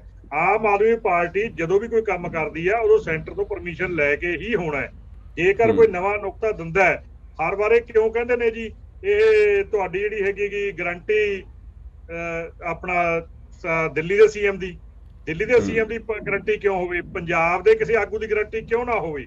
ਪੰਜਾਬ ਦੇ ਲੋਕਾਂ ਨੇ ਮੈਨੂੰ ਵਿਸ਼ਵਾਸ ਚਾਹੀਦਾ, ਦਿੱਲੀ ਦੀ ਗਵਰਨਮੈਂਟ ਕਿਉਂ ਵਿਸ਼ਵਾਸ ਦਿਵਾਊਗੀ? ਦਿੱਲੀ ਦੇ ਉੱਤੇ ਬੰਦੇ ਤੋਂ ਕਿਉਂ ਵਿਸ਼ਵਾਸ ਕਰਨਗੇ? ਉਹ ਪੰਜਾਬ ਦੇ ਬੰਦੇ ਤੇ ਕਿਉਂ ਨਾ ਵਿਸ਼ਵਾਸ ਕਰਨ? ਇਹ ਗੱਲਾਂ ਮੁੱਖ ਨੇਗੀਆਂ। ਸੋ ਇਹ ਗੱਲ ਮੈਂ ਤੁਹਾਨੂੰ ਕਨਫਰਮ ਕਰ ਦਿੰਦਾ ਕਿ ਇਹਨਾਂ ਤਿੰਨਾਂ ਪਾਰਟੀਆਂ ਚੋਂ ਕੋਈ ਵੀ ਪਾਰਟੀ ਆਵੇ, ਕਿਸੇ ਵੀ ਪਾਰਟੀ ਦੇ ਜਿਹੜਾ ਹੈਗੀ ਆ ਕਮਾਂਡ ਆਪਦੇ ਕੋਲੇ ਨਹੀਂ ਹੈਗੀ ਸਿਵਾਏ ਅਕਾਲੀ ਦਲ ਤੋਂ। ਅਕਾਲੀ ਦਲ ਖੇਤਰੀ ਪਾਰਟੀ ਹੈ, ਅਕਾਲੀ ਦਲ ਲੋਕਾਂ ਦੀ ਪਾਰਟੀ ਹੈ। ਅਕਾਲੀ ਦਲ ਨੇ ਪਿਛਲੇ ਸਮੇਂ ਦੌਰਾਨ 5 ਸਾਲਾਂ ਦੇ ਵਿੱਚ ਪੰਜਾਬ ਨੂੰ ਡਿਵੈਲਪਮੈਂਟ ਦੇ ਰਸਤੇ ਤੋਰਿਆ। ਇੰਡਸਟਰੀ ਲਈ ਕੀ ਚਾਹੀਦਾ? ਸਭ ਤੋਂ ਪਹਿਲਾਂ ਬਿਜਲੀ ਚਾਹੀਦੀ ਹੈ, ਜਿਹੜੀ ਅਸੀਂ ਪੈਦਾ ਕੀਤੀ। ਬਿਜਲੀ ਦੇ ਯੂਨਿਟ ਲਗਾਏ ਗਏ, ਜਿਹਦਾ ਅੱਜ ਇਹਨਾਂ ਕੋਲੇ ਤੱਕ ਖਤਮ ਹੈ, ਜਿਨ੍ਹਾਂ ਦਾ ਇਹਨਾਂ ਨੇ ਪ੍ਰਬੰਧ ਨਹੀਂ ਕੀਤਾ। ਅੱਜ ਲੋਕ ਪਰੇਸ਼ਾਨ ਨੇ। ਜਿਹੜਾ ਇਹਨਾਂ ਨੇ ਅੰਨ੍ਹੇਵਾਹ ਕਨੈਕਸ਼ਨ ਜਿਹੜੇ ਕੱਟੇ ਗਏ ਸੀ, ਜਿਹੜੇ ਲੋਕਾਂ ਨੇ ਬਿੱਲ ਨਹੀਂ ਸੀ ਭਰੇ, ਉਹਨਾਂ ਨੇ ਕਨੈਕਸ਼ਨ ਤਾਂ ਜੋੜ ਦਿੱਤੇ। ਬਿਜਲੀ ਇਹਨਾਂ ਕੋਲੇ ਪਹਿਲਾਂ ਹੈ ਨਹੀਂ, ਤਾਂ ਆਉਣ ਵਾਲੇ ਟਾਈਮ ਵਿੱਚ ਇੰਡਸਟਰੀ ਕਿਵੇਂ ਸਰਵਾਈਵ ਕਰੂਗੀ? ਕਿਸਾਨ ਕਿਵੇਂ ਅੱਗੇ ਅਗਲੀਆਂ ਫਸਲਾਂ ਬੀਜੂਗਾ? ਕਿਸਾਨ ਦੇ ਪਾਣੀ ਦੀ ਲੋੜ ਕਿਵੇਂ ਪੂਰੀ ਹੋਊਗੀ? ਇਹਨਾਂ ਗੱਲਾਂ ਵੱਲ ਇਹਨਾਂ ਦਾ ਕੋਈ ਧਿਆਨ ਨਹੀਂ। ਪ੍ਰੋਜੈਕਟ ਇਹਨਾਂ ਦੇ ਬੰਦ ਹੁੰਦੇ ਜਾ ਰਹੇ ਆ, ਬਿਜਲੀ ਦੇ ਪ੍ਰੋਜੈਕਟ ਬੰਦ ਹੈ, ਬੁਰਾ ਹਾਲ ਹੈ, ਕੋਲੇ ਦਾ ਸਟੋਰ ਹੈ ਨਹੀਂ ਇਹਨਾਂ ਕੋਲੇ, ਤੇ ਆਉਣ ਵਾਲੇ ਟਾਈਮ ਵਿੱਚ ਇਸ ਕੰਮ ਨੂੰ ਇਹ ਕਿਵੇਂ ਚਲਾਉਣਗੇ? ਵੱਡੀ ਗੱਲ ਹੈਗੀ ਹੈ ਕਿ ਪੰਜਾਬ ਨੂੰ ਚਲਾਉਣ ਵਾਸਤੇ ਪੰਜਾਬ ਨੂੰ ਸਮਝਣ ਵਾਲੇ ਲੋਕ ਹੀ ਪੰਜਾਬ ਨੂੰ ਚਲਾ ਸਕਦੇ ਆ, ਨਾ ਕਿ ਦਿੱਲੀ ਦੇ ਵਿੱਚ ਬੈਠ ਕੇ ਵੋਟਾਂ ਦੇ ਉੱਤੇ ਰਾਜਨੀਤੀ ਕਰਨ ਵਾਲੇ ਲੋਕ ਪੰਜਾਬ ਨੂੰ ਚਲਾਉਣ। ਭੁੱਲਰ ਸਾਹਿਬ, ਤੁਸੀਂ ਗੱਲ ਸੋਹਣੀਆਂ ਕੀਤੀਆਂ, ਵਧੀਆ ਕੀਤੀਆਂ, ਚਲੋ ਹਕੀਕਤ ਨੇ ਸਭ ਗੱਲਾਂ, ਬਟ ਫਿਰ ਵੀ ਅਗਰ ਮੈਂ ਤੁਹਾਡੀ ਪਾਰਟੀ ਤੇ ਸਵਾਲ ਚੁੱਕਿਆ ਤਾਂ ਤੁਹਾਡੀ ਪਾਰਟੀ ਵੀ ਕਿਸੇ ਨਾਲੋਂ ਘੱਟ ਨਹੀਂ, ਕਿਉਂਕਿ ਜਿਹੜੀ ਪਾਲਿਸੀ ਬੀਜੇਪੀ ਭਾਜਪਾ ਜਿਹੜੀ ਪੂਰੇ ਭਾਰਤ ਵਿੱਚ ਚਲਾਉਂਦੀ ਹੈ ਕਿ ਹਾਂ ਵੀ ਲੋਕਾਂ ਨੂੰ ਧਰਮ ਦੇ ਨਾਂ ਤੇ ਵੰਡ ਦੇਣਾ, ਕਿਤੇ ਨਾ ਕਿਤੇ ਤੁਹਾਡੀ ਪਾਰਟੀ ਨੇ ਵੀ ਬੀਤੇ ਦਿਨੀ ਉਹੋ ਜਿਹਾ ਕੰਮ ਕੀਤਾ। ਚਲੋ ਤੁਹਾਡੀ ਪਾਰਟੀ ਨੇ ਨਹੀਂ ਕੀਤੀ, ਪਰ ਤੁਹਾਡੀ ਅਲਾਇੰਸ ਜਿਹੜੀ ਪਾਰਟੀ ਹੈ, ਗੱਲ ਮੈਂ ਕਰ ਰਿਹਾ ਮਾਇਆਵਤੀ ਜੀ ਦੀ, ਸੋ ਸਿੰਘੂ ਬਾਰਡਰ ਵਾਲੀ ਜਿਹੜੀ ਮੰਦਭਾਗੀ ਜਿਹੜੀ ਘਟਨਾ ਹੋਈ ਹੈ ਜਿਸ ਨੂੰ ਪੂਰੇ ਭਾਰਤ ਵਿੱਚ ਜੋੜਤਾ, ਉੱਥੇ ਜੇਕਰ ਗੱਲ ਕੀਤੀ ਜਾਵੇ ਤਾਂ ਉੱਥੇ ਤੁਹਾਡੀ ਹੀ ਪਾਰਟੀ ਜਿਹੜੀ ਤੁਹਾਡੇ ਅਲਾਇੰਸ ਨੇ ਮਾਇਆਵਤੀ ਜੀ, ਉਹਨਾਂ ਦਾ ਬਿਆਨ ਆਉਂਦਾ ਕਿ ਨਹੀਂ ਇਹ ਤਾਂ ਦਲਿਤ ਪਰਿਵਾਰ ਨਾਲ ਸੰਬੰਧਿਤ ਸੀ ਤਾਂ ਇਹੋ ਜਿਹੀ ਘਟਨਾ ਹੋ ਗਈ, ਨਹੀਂ ਤਾਂ ਹੋਰਾਂ ਕਿਸੇ ਨਾਲ ਸ਼ਾਇਦ ਨਾ ਹੁੰਦੀ। ਉੱਥੇ ਇੱਕ ਸਿਆਸਤ ਦੇ ਵਿੱਚ ਤੁਸੀਂ ਇੱਕ ਧਰਮ ਦੇ ਨਾਲ ਰੰਗ ਦੇ ਦੇਣਾ, ਉਹ ਕਿੰਨਾ ਕੁ ਜਾਇਜ਼ ਸੀਗਾ? ਉਹਦੇ ਬਾਰੇ ਤੁਸੀਂ ਕੀ ਕਹਿੰਦੇ ਹੋ? ਕਿਉਂਕਿ ਭਾਜਪਾ ਅਜਿਹਾ ਹੀ ਕਰਦੀ ਆਈ ਹੈ, ਭਾਵੇਂ ਉਹ ਬਾਰਡਰਾਂ ਉੱਪਰ ਲੋਕਾਂ ਨੂੰ ਵੰਡਣਾ ਹੋਵੇ ਤੇ ਭਾਵੇਂ ਧਰਮ ਦੇ ਨਾਂ ਤੇ ਲੋਕਾਂ ਨੂੰ ਵੰਡਣਾ ਹੋਵੇ, ਪਰ ਤੁਹਾਡੀ ਪਾਰਟੀ ਜੇ ਤੁਸੀਂ ਕਹਿੰਦੇ ਹੋ ਕਿ ਖੇਤਰੀ ਤੁਹਾਡੀ ਪਾਰਟੀ ਹੈ, ਪੰਜਾਬ ਦੀ ਹਿਤੈਸ਼ੀ ਹੈ, ਪੰਜਾਬ ਦੇ ਲੋਕਾਂ ਲਈ, ਪੰਜਾਬ ਦਾ ਭਾਈਚਾਰਾ ਖਰਾਬ ਕਰਨ ਦੀ ਕੋਸ਼ਿਸ਼ ਵੀ ਕੀਤੀ ਜਾ ਰਹੀ ਹੈ, ਕਿਉਂਕਿ ਇੱਥੇ ਹੁਣ ਤੱਕ ਗੱਲ ਨਹੀਂ ਸੀ ਹੁੰਦੀ ਪੰਜਾਬ ਦੇ ਵਿੱਚ ਕਿ ਕੋਈ ਦਲਿਤ ਸਮਾਜ ਦਾ ਵਾ, ਕੋਈ ਕਿਸੇ ਹੋਰ ਸਮਾਜ ਦਾ ਵਾ, ਪਰ ਹੁਣ ਇਸ ਵਾਰ ਇਲੈਕਸ਼ਨਾਂ ਦੇ ਵਿੱਚ ਇਹ ਮੁੱਦਾ ਬੜਾ ਖੁੱਲ੍ਹ ਕੇ ਸਾਹਮਣੇ ਆ ਰਿਹਾ, ਜੋ ਕਿ ਬੀਜੇਪੀ ਦੀ ਪਾਲਿਸੀ ਰਹੀ ਹੈ। ਉਹਦੇ ਬਾਰੇ ਤੁਸੀਂ ਕੀ ਕਹਿੰਦੇ ਹੋ? ਜਿੱਥੇ ਤੱਕ ਗੱਲ ਮਾਇਆਵਤੀ ਦੇ ਬਿਆਨ ਦੀ ਹੈ ਜੀ, ਮਾਇਆਵਤੀ ਨੇ ਬਿਆਨ ਦਿੱਤਾ, ਇਹ ਸਵਾਲ ਵੀ ਤੁਸੀਂ ਮਾਇਆਵਤੀ ਤੋਂ ਪੁੱਛੋ।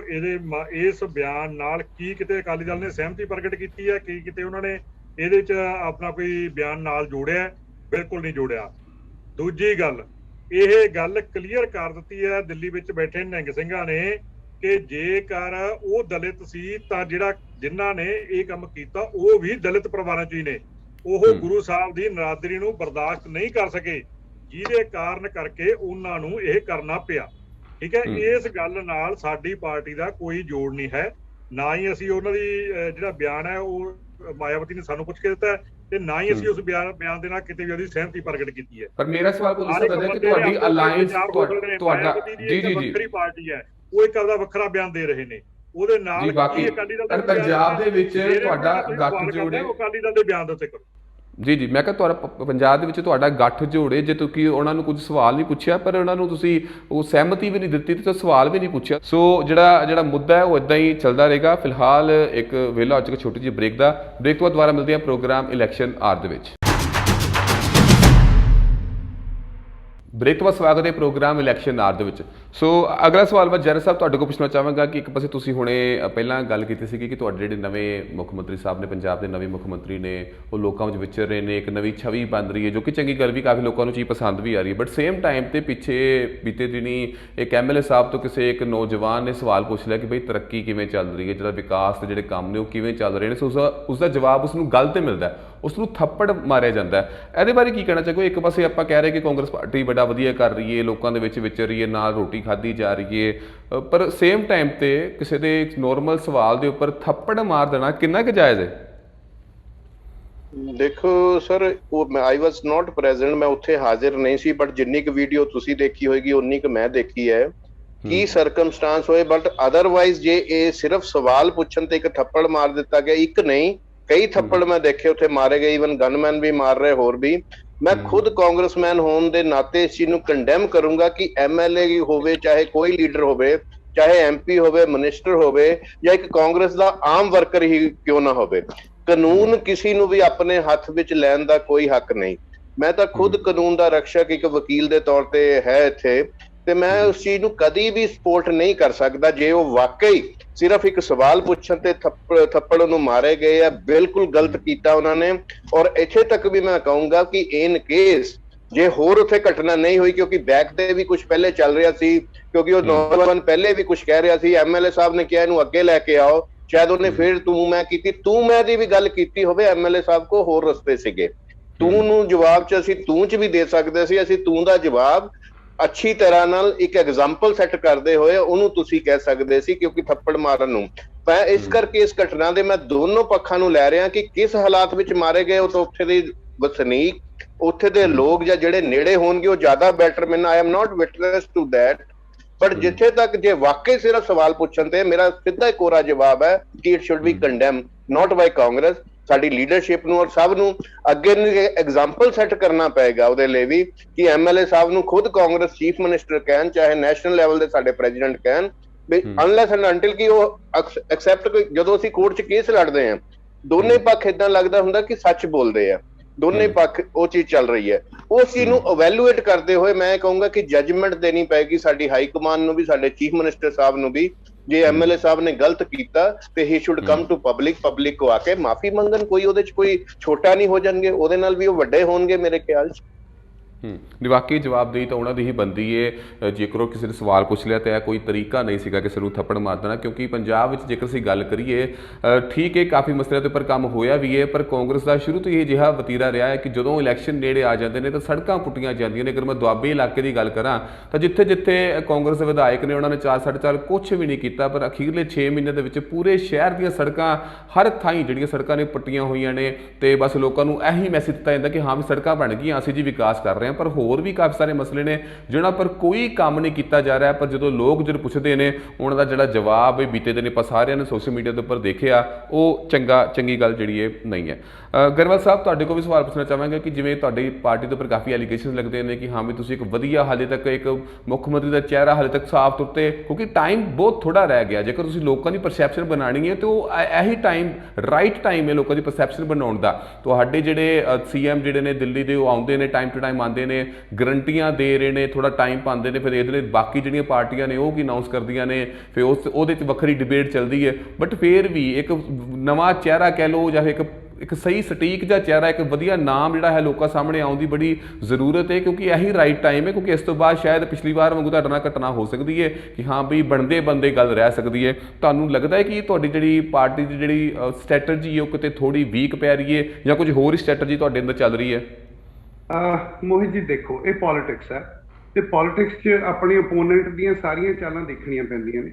ਮੈਂ 2-3 ਗੱਲਾਂ ਕਰੂੰਗਾ। ਪਹਿਲੀ ਗੱਲ, ਜੈਰਤ ਸਾਹਿਬ ਨੇ ਕਿਹਾ ਕਿ ਬੜਾ ਮਾੜਾ ਹੋਇਆ, ਕਾਨੂੰਨ ਦੇ ਵਿੱਚ ਕਿਸੇ ਨੂੰ ਅਸੌਲਟ ਕਰਨ ਦਾ ਪਰਚਾ ਹੁੰਦਾ, ਐਮਐਲਏ ਆ ਕੇ ਮਾਫੀ ਨਹੀਂ ਮੰਗਦਾ, ਜੇ ਸੀਰੀਅਸ ਨਹੀਂ ਤਾਂ ਉਹਨਾਂ ਤੇ ਪਰਚਾ ਪਾਇਆ ਜਾਵੇ ਜਿਸ ਤਰ੍ਹਾਂ ਉਸ ਬੱਚੇ ਨੂੰ ਕੁੱਟਿਆ ਗਿਆ। ਪਹਿਲੀ ਗੱਲ। ਦੂਜੀ ਗੱਲ, ਚੰਨੀ ਜੀ ਇਹ ਕਹਿੰਦੇ ਨੇ ਬਹੁਤ ਅੱਛਾ ਕੰਮ ਕਰ ਰਹੇ ਨੇ, ਬੜੀ ਸਾਦਗੀ ਭਰਿਆ ਵਿਆਹ, ਸਭ ਬੜਾ ਸਾਦਾ ਸੀ, ਰਿਸੈਪਸ਼ਨ ਵੀ ਛੋਟੀ ਜੀ ਹੋਈ ਸੀ, ਉਸ ਤੋਂ ਬਾਅਦ ਉਹ ਵੀ ਬੜੀ ਸਾਦੀ ਸੀ। ਤੇ ਇਹ ਕਹਿੰਦੇ ਕਿ ਜੇ ਚੰਨੀ ਜੀ ਅੱਛਾ ਕੰਮ ਕਰ ਰਹੇ ਤੇ ਇਹ ਹੁਣ ਕਹਿ ਦੇਣ ਕਿ ਅਸੀਂ ਚੰਨੀ ਜੀ ਹੀ ਅਗਲੇ 5 ਸਾਲ ਵੀ ਪੰਜਾਬ ਦੇ ਮੁੱਖ ਮੰਤਰੀ ਹੋਣਗੇ, ਸਿੱਧੂ ਸਾਹਿਬ ਕਾਂਗਰਸ ਪੀਪੀਸੀਸੀ ਦੇ ਪ੍ਰਧਾਨ ਹੀ ਰਹਿਣਗੇ, ਇੰਨਾ ਅੱਛਾ ਕੰਮ ਕਰ ਰਹੇ ਕਹਿਣ, ਅਨਾਉਂਸ ਕਰਨ। ਤੀਜੀ ਗੱਲ, ਕਾਨੂੰਨ ਦੇ ਤੌਰ ਤੇ ਜਿਸ ਤਰ੍ਹਾਂ ਆਪਣੇ ਰਾਜਾ ਵੜਿੰਗ ਜੀ ਨੇ ਬੜਾ ਅੱਛਾ ਕਹਿੰਦੇ ਕੰਮ ਕਰ ਰਹੇ ਆ। 20/12/2012 ਦਾ ਪੰਜਾਬ ਹਰਿਆਣਾ ਹਾਈ ਕੋਰਟ ਦਾ ਇੱਕ ਆਰਡਰ ਹੈ, ਉਹਦੇ 'ਚ ਕਿਹਾ ਗਿਆ ਕਿ ਪੰਜਾਬ ਦੇ ਵਿੱਚ ਜਿਹੜੀ ਪਰਮਿਟਿੰਗ ਹੋਈ ਹੈ ਬੱਸਾਂ ਦੀ ਉਹ ਬਹੁਤ ਗਲਤ ਹੋਈ ਹੈ। ਲਗਭਗ 1800 2012 ਚ 1800 ਤੋਂ ਲਗਭਗ ਗਲਤ ਪਰਮਿਟ ਦਿੱਤਾ ਗਿਆ। ਕੁਝ ਮਾਫੀਆਜ਼ ਨੇ ਉਸ ਪਰਮਿਟ ਨੂੰ ਆਪਣੇ ਹੱਥ 'ਚ ਕਰ ਲਿਆ ਤੇ ਹੁਣ ਉਹ ਸਾਰੇ ਪਰਮਿਟ ਰੱਦ ਕਰਕੇ ਰੀਪਰਮਿਟਿੰਗ ਕੀਤੀ ਜਾਵੇ ਤਾਂ ਕਿ ਬੇਰੁਜ਼ਗਾਰ ਬੱਚਿਆਂ ਨੂੰ ਰੋਜ਼ਗਾਰ ਮਿਲੇ। ਉਹ ਸਿਰਫ ਮੰਤਰੀ ਜੀ ਨੇ ਇੰਪਲੀਮੈਂਟ ਕਰਨਾ, ਕੋਈ ਲੰਬਾ ਚੌੜਾ ਕੰਮ ਨਹੀਂ ਹੈ। ਹਾਈ ਕੋਰਟ ਦਾ ਆਰਡਰ ਪਿਆ, ਉਹਦੇ ਬਾਰੇ ਬਿਲਕੁਲ ਸ਼ਾਂਤ ਨੇ। ਬਾਕੀ ਪਬਲਿਸਿਟੀ ਕਿ 250 ਬੱਸ ਫੜ ਲਈ, 80 ਫੜ ਲਈ, ਪਬਲਿਸਿਟੀ ਲਈ ਬਹੁਤ ਕੁਝ ਹੋ ਰਿਹਾ। ਸੋ ਇੱਕ ਤਾਂ ਸਪਸ਼ਟੀਕਰਨ ਜਿਹੜਾ ਕਾਂਗਰਸ ਤੋਂ ਹੋਇਆ ਕਿ ਚੰਨੀ ਸਾਹਿਬ ਜੇ ਇੰਨਾ ਅੱਛਾ ਕੰਮ ਕਰ ਰਹੇ ਆ। ਜਿਹੜਾ ਰੇਤੇ ਦੀ ਗੱਲ ਕਰ ਰਹੇ, ਜਿੱਦਣ ਉਹਨਾਂ ਨੇ ਬਿਆਨ ਦਿੱਤਾ ਅਗਲੇ ਦਿਨ Punjab Haryana high court stay ਹੋ ਗਿਆ। ਸੋ ਜੇ ਉਹ ਕਰ ਰਹੇ ਨੇ ਕਿ ਚੰਨੀ ਸਾਹਿਬ ਹੀ ਮੁੱਖ ਮੰਤਰੀ ਦਾ ਚਿਹਰਾ ਅਗਲੇ 5 ਸਾਲਾਂ ਲਈ ਹੋਣਗੇ, ਇੱਕ ਸਪਸ਼ਟੀਕਰਨ। ਦੂਜਾ ਸਪਸ਼ਟੀਕਰਨ ਜਿਹੜਾ ਅਕਾਲੀ ਦਲ ਤੋਂ ਹੈ ਮੋਹਿਤ ਜੀ, ਉਹ ਛੋਟਾ ਜਿਹਾ ਇੰਨਾ ਹੈ ਕਿ ਹੁਣ ਮੈਨੂੰ ਸੁਰ ਬਦਲਦੇ ਨਜ਼ਰ ਆ ਰਹੇ ਆ। ਹੁਣ ਮਾਇਆਵਤੀ ਜੀ ਦੀ ਰਿਸਪੌਂਸਿਬਿਲਟੀ ਆਪਣੀ ਹੋਗੀ। ਇੱਕ ਵਾਰੀ ਵੀ ਇਹ ਕਿਹਾ ਨਹੀਂ ਕਿ ਜੇ ਇਹ ਕਾਨੂੰਨ ਵਾਪਸ ਲੈਂਦੀ ਬੀਜੇਪੀ ਤੇ ਅਸੀਂ ਕੈਪਟਨ ਸਾਹਿਬ ਨਾਲ ਰਲ ਕੇ ਤੇ ਅਕਾਲੀ ਦਲ ਭਾਜਪਾ ਦੁਬਾਰਾ ਤੋਂ ਭਾਈਵਾਲ ਇਕੱਠੇ ਹੋਣਗੇ। ਇਹ ਸਪਸ਼ਟੀਕਰਨ ਇਹਨਾਂ ਨੇ ਵੀ ਦਿੱਤਾ। ਸੋ ਇਹ ਸਿਆਸਤ ਹੈ। ਅਸੀਂ ਤਾਂ ਸਿਰਫ ਇਹ ਕਹਿ ਰਹੇ ਹਾਂ ਕਿ ਜੀ ਚਿਹਰਾ ਦੇ ਦਾਂਗੇ, ਅਸੀਂ ਆਪਣੀਆਂ ਬਾਕੀ ਪਾਲਿਸੀਜ਼ ਅਨਾਉਂਸ ਕਰ ਰਹੇ ਹਾਂ, ਅਸੀਂ ਇਹ ਅਨਾਉਂਸ ਕਰ ਰਹੇ ਹਾਂ ਤੁਸੀਂ ਕਿਸ ਤਰ੍ਹਾਂ ਕਰਨਾ। ਹਾਂ, ਸਾਡਾ ਲੀਡਰ ਅਰਵਿੰਦ ਕੇਜਰੀਵਾਲ ਹੈ ਤੇ ਸਾਡਾ ਲੀਡਰ ਹੀ ਆ ਕੇ ਅਨਾਉਂਸ ਕਰੂਗਾ, ਇਹਦੇ 'ਚ ਕੋਈ ਦੋ ਰਾਏ ਨਹੀਂ। ਮੈਂ ਵੀ ਸ਼ੁਰੂ ਤੋਂ ਹੀ ਪਾਰਟੀ ਦੇਖੀ ਹੈ। ਜੇ ਕੋਈ ਜਾਂਦਾ ਰੁੱਸ ਕੇ ਦੂਜੀ ਪਾਰਟੀ 'ਚ ਜਾਂਦਾ ਹੈ, ਜਿਵੇਂ ਜਾਂਦਾ ਉਹਨੂੰ ਲੱਗਦਾ ਕਿ ਮੈਨੂੰ ਇੱਜ਼ਤ ਨਹੀਂ ਮਿਲੀ ਜਾਂ ਇੱਦਾਂ ਨਹੀਂ ਹੋਇਆ। ਜੇ ਕੈਪਟਨ ਸਾਹਿਬ ਨੂੰ ਨਹੀਂ ਮਿਲੀ, ਸ਼ਾਇਦ ਜੈਰਤ ਸਾਹਿਬ ਨੂੰ ਵੀ ਇੱਦਾਂ ਹੀ ਮਹਿਸੂਸ ਹੋਇਆ ਹੋਵੇ, ਤਾਂ ਹੀ ਇਹ ਕਾਂਗਰਸ 'ਚ ਗਏ ਨੇ। ਸੋ ਮੇਰੇ ਕਹਿਣ ਦਾ ਭਾਵ ਇਹ ਹੈ ਸਰ ਕਿ ਦੇਖੋ, ਅਸੀਂ ਇੱਕ ਸਪਸ਼ਟ ਪਾਲਿਸੀ ਪ੍ਰੋਗਰਾਮ ਲਿਆ ਰਹੇ ਹਾਂ। ਅਸੀਂ ਉਹ ਪਾਲਿਸੀ ਪ੍ਰੋਗਰਾਮ ਨਾਲ ਥੋੜੀ ਜਿਹੀ ਸਾਡੀ ਪੇਸ਼ੈਂਸ ਦਾ ਤੁਸੀਂ ਮਕਸਦ ਸਮਝੋ। ਅਸੀਂ ਦੇਖਣਾ ਚਾਹੁੰਦੇ ਹਾਂ ਜਾਂ ਅਸੀਂ ਲੋਕਾਂ ਨੂੰ ਇਹ ਦੱਸਣਾ ਚਾਹੁੰਦੇ ਹਾਂ ਕਿ ਦੇਖੋ, ਤੁਹਾਡੇ ਸਾਹਮਣੇ ਸਾਰੇ ਪੱਤੇ ਸ਼ੋ ਹੋ ਰਹੇ ਆ, ਤੁਹਾਡੇ ਸਾਹਮਣੇ ਕੌਣ ਕਿੰਨੇ ਪਾਣੀ 'ਚ ਪਤਾ ਲੱਗ ਰਿਹਾ। ਤੁਹਾਡੇ ਸਾਹਮਣੇ ਅਲਾਇੰਸ ਹੋ ਕੇ ਕਿਵੇਂ ਉਹ ਅਲਾਇੰਸ ਟੁੱਟੂਗੀ ਜਾਂ ਜੁੜੂਗੀ ਜਾਂ ਨਵੇਂ ਬੰਦੇ ਆਉਣਗੇ। ਕਿਉਂਕਿ ਹਾਲੇ ਤੱਕ ਨਾ ਤਾਂ ਕਾਂਗਰਸ ਵੱਲੋਂ ਸਪਸ਼ਟੀਕਰਨ ਆਇਆ ਕਿ ਚੰਨੀ ਜੀ ਅਗਲੇ 5 ਸਾਲ ਵੀ ਮੁੱਖ ਮੰਤਰੀ ਰਹਿਣਗੇ ਤੇ ਨਾ ਹੀ ਅਕਾਲੀ ਦਲ, ਹਾਲਾਂਕਿ ਬੈਂਸ ਸਾਹਿਬ ਬੜੇ ਸੀਨੀਅਰ ਨੇ, ਉਹ ਤਾਂ ਕਹਿ ਚੁੱਕੇ ਆ ਕਿ ਜੇ ਕਾਨੂੰਨ ਵਾਪਸ ਹੋ ਜਾਏ ਤਾਂ ਸ਼ੁਰੂ ਤੋਂ ਬੀਜੇਪੀ ਦੇ ਨਾਲ ਹੀ ਸੀਗੇ, ਤੇ ਨਾ ਹੀ ਅਕਾਲੀ ਦਲ ਇਹ ਕਹਿ ਰਿਹਾ ਕਿ ਅਸੀਂ ਬੀਜੇਪੀ ਨਾਲ ਤੇ ਕੈਪਟਨ ਸਾਹਿਬ ਨਾਲ ਦੁਬਾਰਾ ਜਾਵਾਂਗੇ। ਸੋ ਹੁਣ ਇੱਥੋਂ ਦੀ ਵੱਡੀ ਪਿਕਚਰ ਬਿਲਕੁਲ ਕਲੀਅਰ ਹੁੰਦੀ ਹੈ। ਗੱਲ ਇਹ ਹੈ ਕਿ ਮਿਲੀ ਭੁਗਤ ਸੀ ਤੇ ਮਿਲੀ ਭੁਗਤ ਹੈ। ਲੋਕਾਂ ਦੇ ਬੱਚੇ ਮਰ ਗਏ, 700 ਕਿਸਾਨ ਸ਼ਹੀਦ ਹੋ ਗਿਆ, ਪੰਜਾਬ ਦਾ ਸਤਿਆਨਾਸ਼ ਹੋ ਗਿਆ। ਇਹਦੇ ਵਿੱਚ ਕਿਤੇ ਨਾ ਕਿਤੇ ਅਕਾਊਂਟੇਬਿਲਟੀ ਬਣਦੀ ਹੈ ਸਰ, ਤੇ ਜਿਹੜੀ ਅਕਾਊਂਟੇਬਿਲਟੀ ਹੈ ਉਹ ਤਾਂ ਜਿਹੜੇ ਬੰਦੇ ਰਾਜ ਕਰਦੇ ਆ ਉਹਨਾਂ ਦੀ ਹੁੰਦੀ ਹੈ। ਜਿਨ੍ਹਾਂ ਨੇ 25 ਸਾਲਾਂ 'ਚ ਰਾਜ ਕੀਤਾ ਉਹਨਾਂ ਨੂੰ ਇਹਦੀ ਅਕਾਊਂਟੇਬਿਲਟੀ ਦੇਣੀ ਪਊਗੀ। ਅਸੀਂ ਬਿਲਕੁਲ ਅੱਛੇ ਸਮੇਂ ਵਿੱਚ ਨਾ ਸਿਰਫ ਸੀਐਮ ਦਾ ਕੈਂਡੀਡੇਟ ਅਨਾਉਂਸ ਕਰਾਂਗੇ, ਅਸੀਂ ਇੱਕ ਲੜੀਵਾਰ ਤਰੀਕੇ 'ਚ ਪ੍ਰੋਗਰਾਮ ਅਨਾਉਂਸ ਕਰ ਰਹੇ ਹਾਂ ਤੇ ਨਾਲੇ ਅਸੀਂ ਇਹ ਵੀ ਅਨਾਉਂਸ ਕਰ ਰਹੇ ਹਾਂ ਕਿ ਅਸੀਂ ਉਸ ਪ੍ਰੋਗਰਾਮਾਂ ਨੂੰ ਇੰਪਲੀਮੈਂਟ ਕਿਵੇਂ ਕਰਾਂਗੇ। ਜਿਹੜਾ ਦਿੱਲੀ ਦਾ ਮਾਡਲ ਹੈ ਉਹਦੇ ਬਾਰੇ ਮੈਂ ਨਾ ਬੋਲਾਂ। ਜਿਹੜੀਆਂ ਇੰਡੀਅਨ ਗਵਰਨਮੈਂਟ ਆਫ ਇੰਡੀਆ ਦੀਆਂ ਰਿਪੋਰਟਾਂ ਨੇ ਜਾਂ ਜਿਹੜੀਆਂ UN ਦੀਆਂ ਰਿਪੋਰਟਾਂ ਨੇ, ਉਹਨਾਂ ਦਾ ਕੋਈ ਵੀ ਜਾਣਕਾਰੀ ਲੈ ਸਕਦਾ। ਉਹ ਮੈਂ ਐਵੇਂ ਜਾ ਕੇ ਢੋਲ ਵਜਾਈ ਜਾਵਾਂ, ਉਹਦਾ ਕੋਈ ਫਾਇਦਾ ਨਹੀਂ ਹੁੰਦਾ। ਐਂਡ ਉਹੀ ਕਾਰਨ ਸੀ ਕਿ ਤੀਜੀ ਵਾਰੀ ਸੇਮ ਬਹੁਮਤ ਦੇ ਨਾਲ ਦਿੱਲੀ ਸਾਡੀ ਦੁਬਾਰਾ ਸਰਕਾਰ ਬਣਦੀ ਹੈ। ਸੋ ਕੁਝ ਤਾਂ ਸਹੀ ਕੀਤਾ ਹੋਊਗਾ। ਜੇ 3 ਵਾਰੀ ਤੁਸੀਂ ਸਰਕਾਰ ਬਣਾ ਰਹੇ ਹੋ, ਲੋਕ ਤੁਹਾਨੂੰ ਉਨੀਆਂ ਹੀ ਵੋਟਾਂ ਦੁਬਾਰਾ ਪਾ ਰਹੇ ਆ, ਬਾਵਜੂਦ ਇਸ ਦੇ ਕਿ ਜ਼ਹਿਰ ਨਫ਼ਰਤ ਜਿਹੜੀ ਧਰਮ ਦੇ ਨਾਂ ਤੇ ਪਾਉਣ ਦੀ ਪੂਰੀ ਕੋਸ਼ਿਸ਼ ਕੀਤੀ ਗਈ, ਉਹਦੇ ਬਾਵਜੂਦ ਜੇ ਤੁਹਾਡੀ ਦੁਬਾਰਾ ਸਰਕਾਰ ਬਣ ਰਹੀ ਹੈ ਸਰ, ਤਾਂ ਕੁਝ ਤਾਂ ਅਸੀਂ ਸਹੀ ਕਰ ਰਹੇ ਹੋਵਾਂਗੇ। ਪੰਜਾਬ ਲਈ ਆਮ ਆਦਮੀ ਪਾਰਟੀ ਇੱਕ viable model ਲਿਆਊਗੀ। Aam Aadmi party Punjab ਦੀ ਗੱਲ ਕਰੂਗੀ। ਮੈਂ ਪੰਜਾਬੀ ਹਾਂ, ਮੈਂ ਪੰਜਾਬ 'ਚ ਬੈਠਾ, ਮੈਨੂੰ ਕਿਸੇ ਨੂੰ ਪੁੱਛਣਾ ਨਹੀਂ ਪੈਂਦਾ ਕਿ ਮੈਂ ਆਪਣੀ ਪਾਰਟੀ ਬਾਰੇ ਕੀ ਕਹਿਣਾ। ਜਿਹੜਾ ਕਹਿੰਦੇ ਨੇ ਕਿ ਦਿੱਲੀੋਂ ਚੱਲਦਾ, ਅਸੀਂ ਨਾ ਤਾਂ ਇੱਕ ਪਰਿਵਾਰ ਦੀ ਪਾਰਟੀ, ਜੋ ਕਿ ਅਨਫੋਰਚੂਨੇਟਲੀ ਇਹ ਦੋਹੇ ਪਾਰਟੀਆਂ ਬਣ ਗਈਆਂ ਨੇ, ਕਿਉਂਕਿ ਜੀ। ਅਕਾਲੀ ਦਲ ਬੜੀ ਮਹਾਨ ਪਾਰਟੀ ਸੀ, ਪਰ ਅੱਜ ਬਾਦਲ ਦਲ ਜਿਹੜਾ, ਉਹਦੇ ਚ ਬਾਦਲ ਤੋਂ ਅੱਡ ਅਕਾਲੀ ਦਲ ਦਾ ਕੋਈ ਮੁਖੀ ਨਹੀਂ ਹੋ ਸਕਦਾ। ਏਦਾਂ ਹੀ ਕਾਂਗਰਸ ਚ ਗਾਂਧੀਆਂ ਤੋਂ ਇਲਾਵਾ ਕੋਈ ਹੈੱਡ ਨਹੀਂ ਹੋ ਸਕਦਾ। ਸੋ ਇਹ ਡੈਮੋਕ੍ਰੇਸੀ ਲਈ ਚੰਗਾ ਨਹੀਂ। ਇਹ ਏਦਾਂ ਹੀ ਆਮ ਆਦਮੀ ਪਾਰਟੀ 'ਚ ਵੀ ਦੱਸਦੇ ਹੋਏ ਬਾਬੂ ਜੀ ਕਿ ਕੇਜਰੀਵਾਲ ਤੋਂ ਬਿਨਾਂ ਕੋਈ ਹੋਰ ਨਹੀਂ ਹੋ ਸਕਦਾ ਸੰਯੋਜਕ। ਉਹਨੇ ਕਨਸਟੀਟਿਊਸ਼ਨ ਵੀ ਬਦਲਤਾ, ਉਹਨੇ 6 ਸਾਲ ਤੋਂ ਉਹੀ ਸੰਯੋਜਕ ਹੈ। ਮੈਂ ਜੈਰਤ ਸਾਹਿਬ, ਮੈਂ ਕਹਿਣਾ ਕੇਜਰੀਵਾਲ ਸਾਹਿਬ ਸਾਡੇ ਲੀਡਰ ਨੇ, ਪਰ ਸਾਡੇ ਇਹ ਨਹੀਂ ਹੈਗਾ ਕਿ ਕੇਜਰੀਵਾਲ ਸਾਹਿਬ ਤੋਂ ਕੇਜਰੀਵਾਲ ਸਾਹਿਬ ਦਾ ਬੇਟਾ ਆਊਗਾ, ਬਿਲਕੁਲ ਨਹੀਂ ਆਊਗਾ। It is a democratic setup, ਕਿਸੇ ਦਾ ਵੀ ਹੱਕ ਹੈ, ਕੋਈ ਵੀ ਐਸਪਾਇਰ ਕਰ ਸਕਦਾ, ਕੋਈ ਵੀ ਬਣ ਸਕਦਾ, ਪਰ ਇਹ ਨਹੀਂ ਹੈ ਕਿ ਗਾਂਧੀ ਨਾਮ ਪਿੱਛੇ ਲੱਗਿਆ ਹੋਣਾ ਚਾਹੀਦਾ। ਨਹੀਂ, ਸੌਰੀ, ਇਸ ਤਰ੍ਹਾਂ ਨਹੀਂ ਹੈਗਾ। ਸੋ ਮੇਰੀ ਤਾਂ ਇੰਨੀ ਕੁ ਬੇਨਤੀ ਹੈ ਕਿ ਮੁੱਦੇ ਦੱਸ ਰਹੇ ਹਾਂ, ਅਸੀਂ ਸਪਸ਼ਟ ਹਾਂ, ਅਸੀਂ ਜੋ ਕਹਿ ਰਹੇ ਹਾਂ ਠੀਕ ਹੋ ਕੇ ਕਹਿ ਰਹੇ ਹਾਂ, ਪਰ ਮੇਰੀ ਬੇਨਤੀ ਬਾਕੀ ਪਾਰਟੀਆਂ ਨੂੰ ਹੈ ਕਿ ਘੱਟੋ ਘੱਟ ਇਹ ਤਾਂ ਦੱਸ ਦਿਓ ਕਿ ਚੰਨੀ ਸਾਹਿਬ ਮੁੱਖ ਮੰਤਰੀ ਹੋਣਗੇ, ਘੱਟੋ ਘੱਟ ਇਹ ਗਰੰਟੀ ਦੇ ਦੇਣ ਕਿ ਬੀਜੇਪੀ ਦੇ ਨਾਲ ਅਕਾਲੀ ਦਲ ਨਹੀਂ ਜਾਏਗਾ। ਸੋ ਜਦੋਂ ਇਹ ਗਰੰਟੀਆਂ ਹੋ ਜਾਣਗੀਆਂ, ਪੰਜਾਬ ਦੇ ਲੋਕਾਂ ਨੂੰ ਵੀ ਕਲੈਰਿਟੀ ਹੋ ਜਾਏਗੀ ਤੇ ਅਸੀਂ ਵੀ ਗਰੰਟੀਆਂ ਦੇਣ ਦਾ ਪ੍ਰੋਗਰਾਮ ਰੋਲ ਤੇ ਨਰੋਲ ਸਿਰਫ ਕੱਲਾ ਕੇਜਰੀਵਾਲ ਕੋਲ ਹੀ ਹੈ। ਕੋਈ ਪਾਰਟੀ ਹੋਰ ਕਿਸੇ ਗੱਲ ਦੀ ਗਰੰਟੀ ਨਹੀਂ। ਪਾਰਟੀ ਤੇ ਵਿਸ਼ਵਾਸ ਹੁੰਦਾ ਹੈ, ਪਾਰਟੀ ਲੋਕਾਂ ਨੂੰ ਪ੍ਰੋਗਰਾਮ ਦੱਸਦੀ ਹੈ, ਉਹਦੇ ਗਰੰਟੀਆਂ ਨਹੀਂ ਦਿਆ ਕਰਦੀ। ਜਿਹੜੀਆਂ ਗਰੰਟੀਆਂ ਤੁਸੀਂ ਗੱਲ ਕਰਦੇ ਹੋ, ਕੇਜਰੀਵਾਲ ਨੇ ਕਿਹਾ ਸੀ ਮੈਂ ਉਹਦੇ ਬੱਚਿਆਂ ਦੀ ਸਹੁੰ ਖਾ ਕੇ ਕਹਿਣਾ ਕਿ ਮੈਂ ਕਦੇ ਕਾਂਗਰਸ ਨਾਲ ਰਲ ਕੇ ਸਰਕਾਰ ਨਹੀਂ ਬਣਾਵਾਂਗਾ, ਪਰ ਬਣਾਈ। ਉਦੋਂ ਉਹ ਗਰੰਟੀ ਕਿੱਥੇ ਗਈ? ਹਵਾਬ ਜੀ, ਤੁਸੀਂ 30,000 ਵੋਟ ਲੈ ਕੇ ਆਪਦੇ ਇਲਾਕੇ ਚੋਂ ਇਲੈਕਸ਼ਨ ਲੜੀ ਸੀਗੀ, 30,000 ਵੋਟਰਾਂ ਨੇ ਤੁਹਾਨੂੰ ਸਪੋਰਟ ਕੀਤਾ ਸੀਗਾ। ਉਹਨਾਂ 30,000 ਵੋਟਰਾਂ ਵਾਸਤੇ ਕੀ ਤੁਸੀਂ ਮੁੜ ਕੇ ਕਦੇ ਇਲਾਕੇ 'ਚ ਵਿਚਰੇ? ਕੀ ਲੋਕਾਂ ਨੇ ਕੋਈ ਕੰਮ ਕੀਤੇ? ਕਿਤੇ ਨਜ਼ਰ ਆਏ? ਕਿਤੇ ਤੁਹਾਡਾ ਕੋਈ ਬਿਆਨ, ਕਿਤੇ ਕੋਈ ਤੁਹਾਡਾ ਕੰਮ ਨਜ਼ਰ ਆਇਆ? ਗਰੇਵਾਲ ਸਾਹਿਬ ਭੁੱਲਰ ਸਾਹਿਬ ਨੂੰ ਬੋਲਣ ਦਿਓ। ਭੁੱਲਰ ਸਾਹਿਬ ਨੂੰ ਇੱਕ ਬੋਲਣ ਦਿਓ। ਜਵਾਬ ਦਿੰਨਾ ਮੋਦੀ ਜੀ, ਇੱਕ ਮੌਕਾ ਦਿਓ। ਇਹਨਾਂ ਨੇ ਜੇ ਪਰਸਨਲੀ ਕਿਹਾ, ਭੁੱਲਰ ਸਾਹਿਬ, ਨਾ ਤਾਂ ਮੇਰਾ ਕੋਈ ਡੱਗ ਲੱਗੇ ਨੇ, ਨਾ ਮੇਰੀਆਂ ਬੱਸਾਂ ਚੱਲਦੀਆਂ ਨੇ, ਮੈਂ ਆਪਣੇ ਬੱਚੇ ਲਈ ਰੋਟੀ ਕਮਾ ਰਿਹਾ ਸੀ। ਜਦੋਂ ਇਲੈਕਸ਼ਨ ਸੀ ਉਦੋਂ ਮੈਂ ਕਿਹਾ ਸੀ ਕਿ ਇੱਕ ਮਿਡਲ ਕਲਾਸ ਇਮਾਨਦਾਰ ਬੰਦਾ ਇੰਨੀ ਹੋਈ ਮਦਦ ਕਰ ਸਕਦਾ। ਪਿੱਠ ਟੁੱਟ ਜਾਂਦੀ ਹੈ, 4 ਸਾਲ ਮਿਹਨਤ ਕਰਕੇ ਪਾਰਟੀ ਲਈ ਕਰਕੇ ਪਿੱਠ ਟੁੱਟ ਗਈ, ਆਪਣੇ ਬੱਚੇ ਦਾ ਢਿੱਡ ਭਰ ਰਿਹਾ ਸੀ, ਆਪਣੇ ਪਰਿਵਾਰ ਲਈ ਪ੍ਰੋਵਾਈਡ ਕਰ ਰਿਹਾ ਸੀ, ਤੇ ਜਿੰਨੇ ਜੋਗਾ ਹੈਗਾ ਜਿਹੜਾ ਮੇਰੇ ਕੋਲ ਉਹਦੀ ਮਦਦ ਕੀਤੀ। ਵਿਚਰ ਕੇ ਸਾਡੇ ਕੋਲ ਕਿਹੜਾ ਲੱਗਿਆ ਜੀ ਕਿ ਸਾਡੀਆਂ ਟਰਾਂਸਪੋਰਟ ਕੰਪਨੀਆਂ ਚੱਲਦੀਆਂ ਜਾਂ 25-26 ਡੱਗ ਚੱਲਦੇ ਆ, ਜਾਂ ਮੇਰੀ ਕਿਹੜਾ ਟਾਈਲਾਂ ਦੀ ਫੈਕਟਰੀ ਲੱਗੀ ਹੋਈ ਹੈ। ਜੇ ਆਪਣੇ ਬੱਚੇ ਲਈ ਰੋਟੀ ਕਮਾਉਣਾ ਗੁਨਾਹ ਹੈ, ਹੱਕ ਹਲਾਲ ਦੀ ਖਾਂਦੇ ਆ। ਜਦੋਂ ਹਿੰਮਤ ਆਈ ਹੈ, ਹੱਕ ਹਲਾਲ ਦੀ ਕੀਤੀ ਹੈ, ਇਮਾਨਦਾਰੀ ਦੀ ਖਾਧੀ ਹੈ। ਕਿਸੇ ਦਾ 1 ਰੁਪਈਏ ਦੇ ਆਵਾਜ਼ਾਰ ਨਹੀਂ। ਕੋਈ ਇਹ ਨਹੀਂ ਕਹਿ ਸਕਦਾ ਉਂਗਲ ਚੱਕ ਕੇ ਕਿ ਇਹਨਾਂ ਨੇ ਬੇਈਮਾਨੀਆਂ ਕੀਤੀਆਂ ਨੇ। ਸੋ ਇਹ ਤੁਸੀਂ ਗੱਲ ਨਾ ਕਰੋ ਕਿ ਆਏ ਕਿ ਨਹੀਂ ਆਏ। ਜਿਹੜੇ ਆਏ ਉਹਨਾਂ ਨੇ ਕਿਹੜੇ ਰੰਗ ਲਾਤੇ ਜੀ?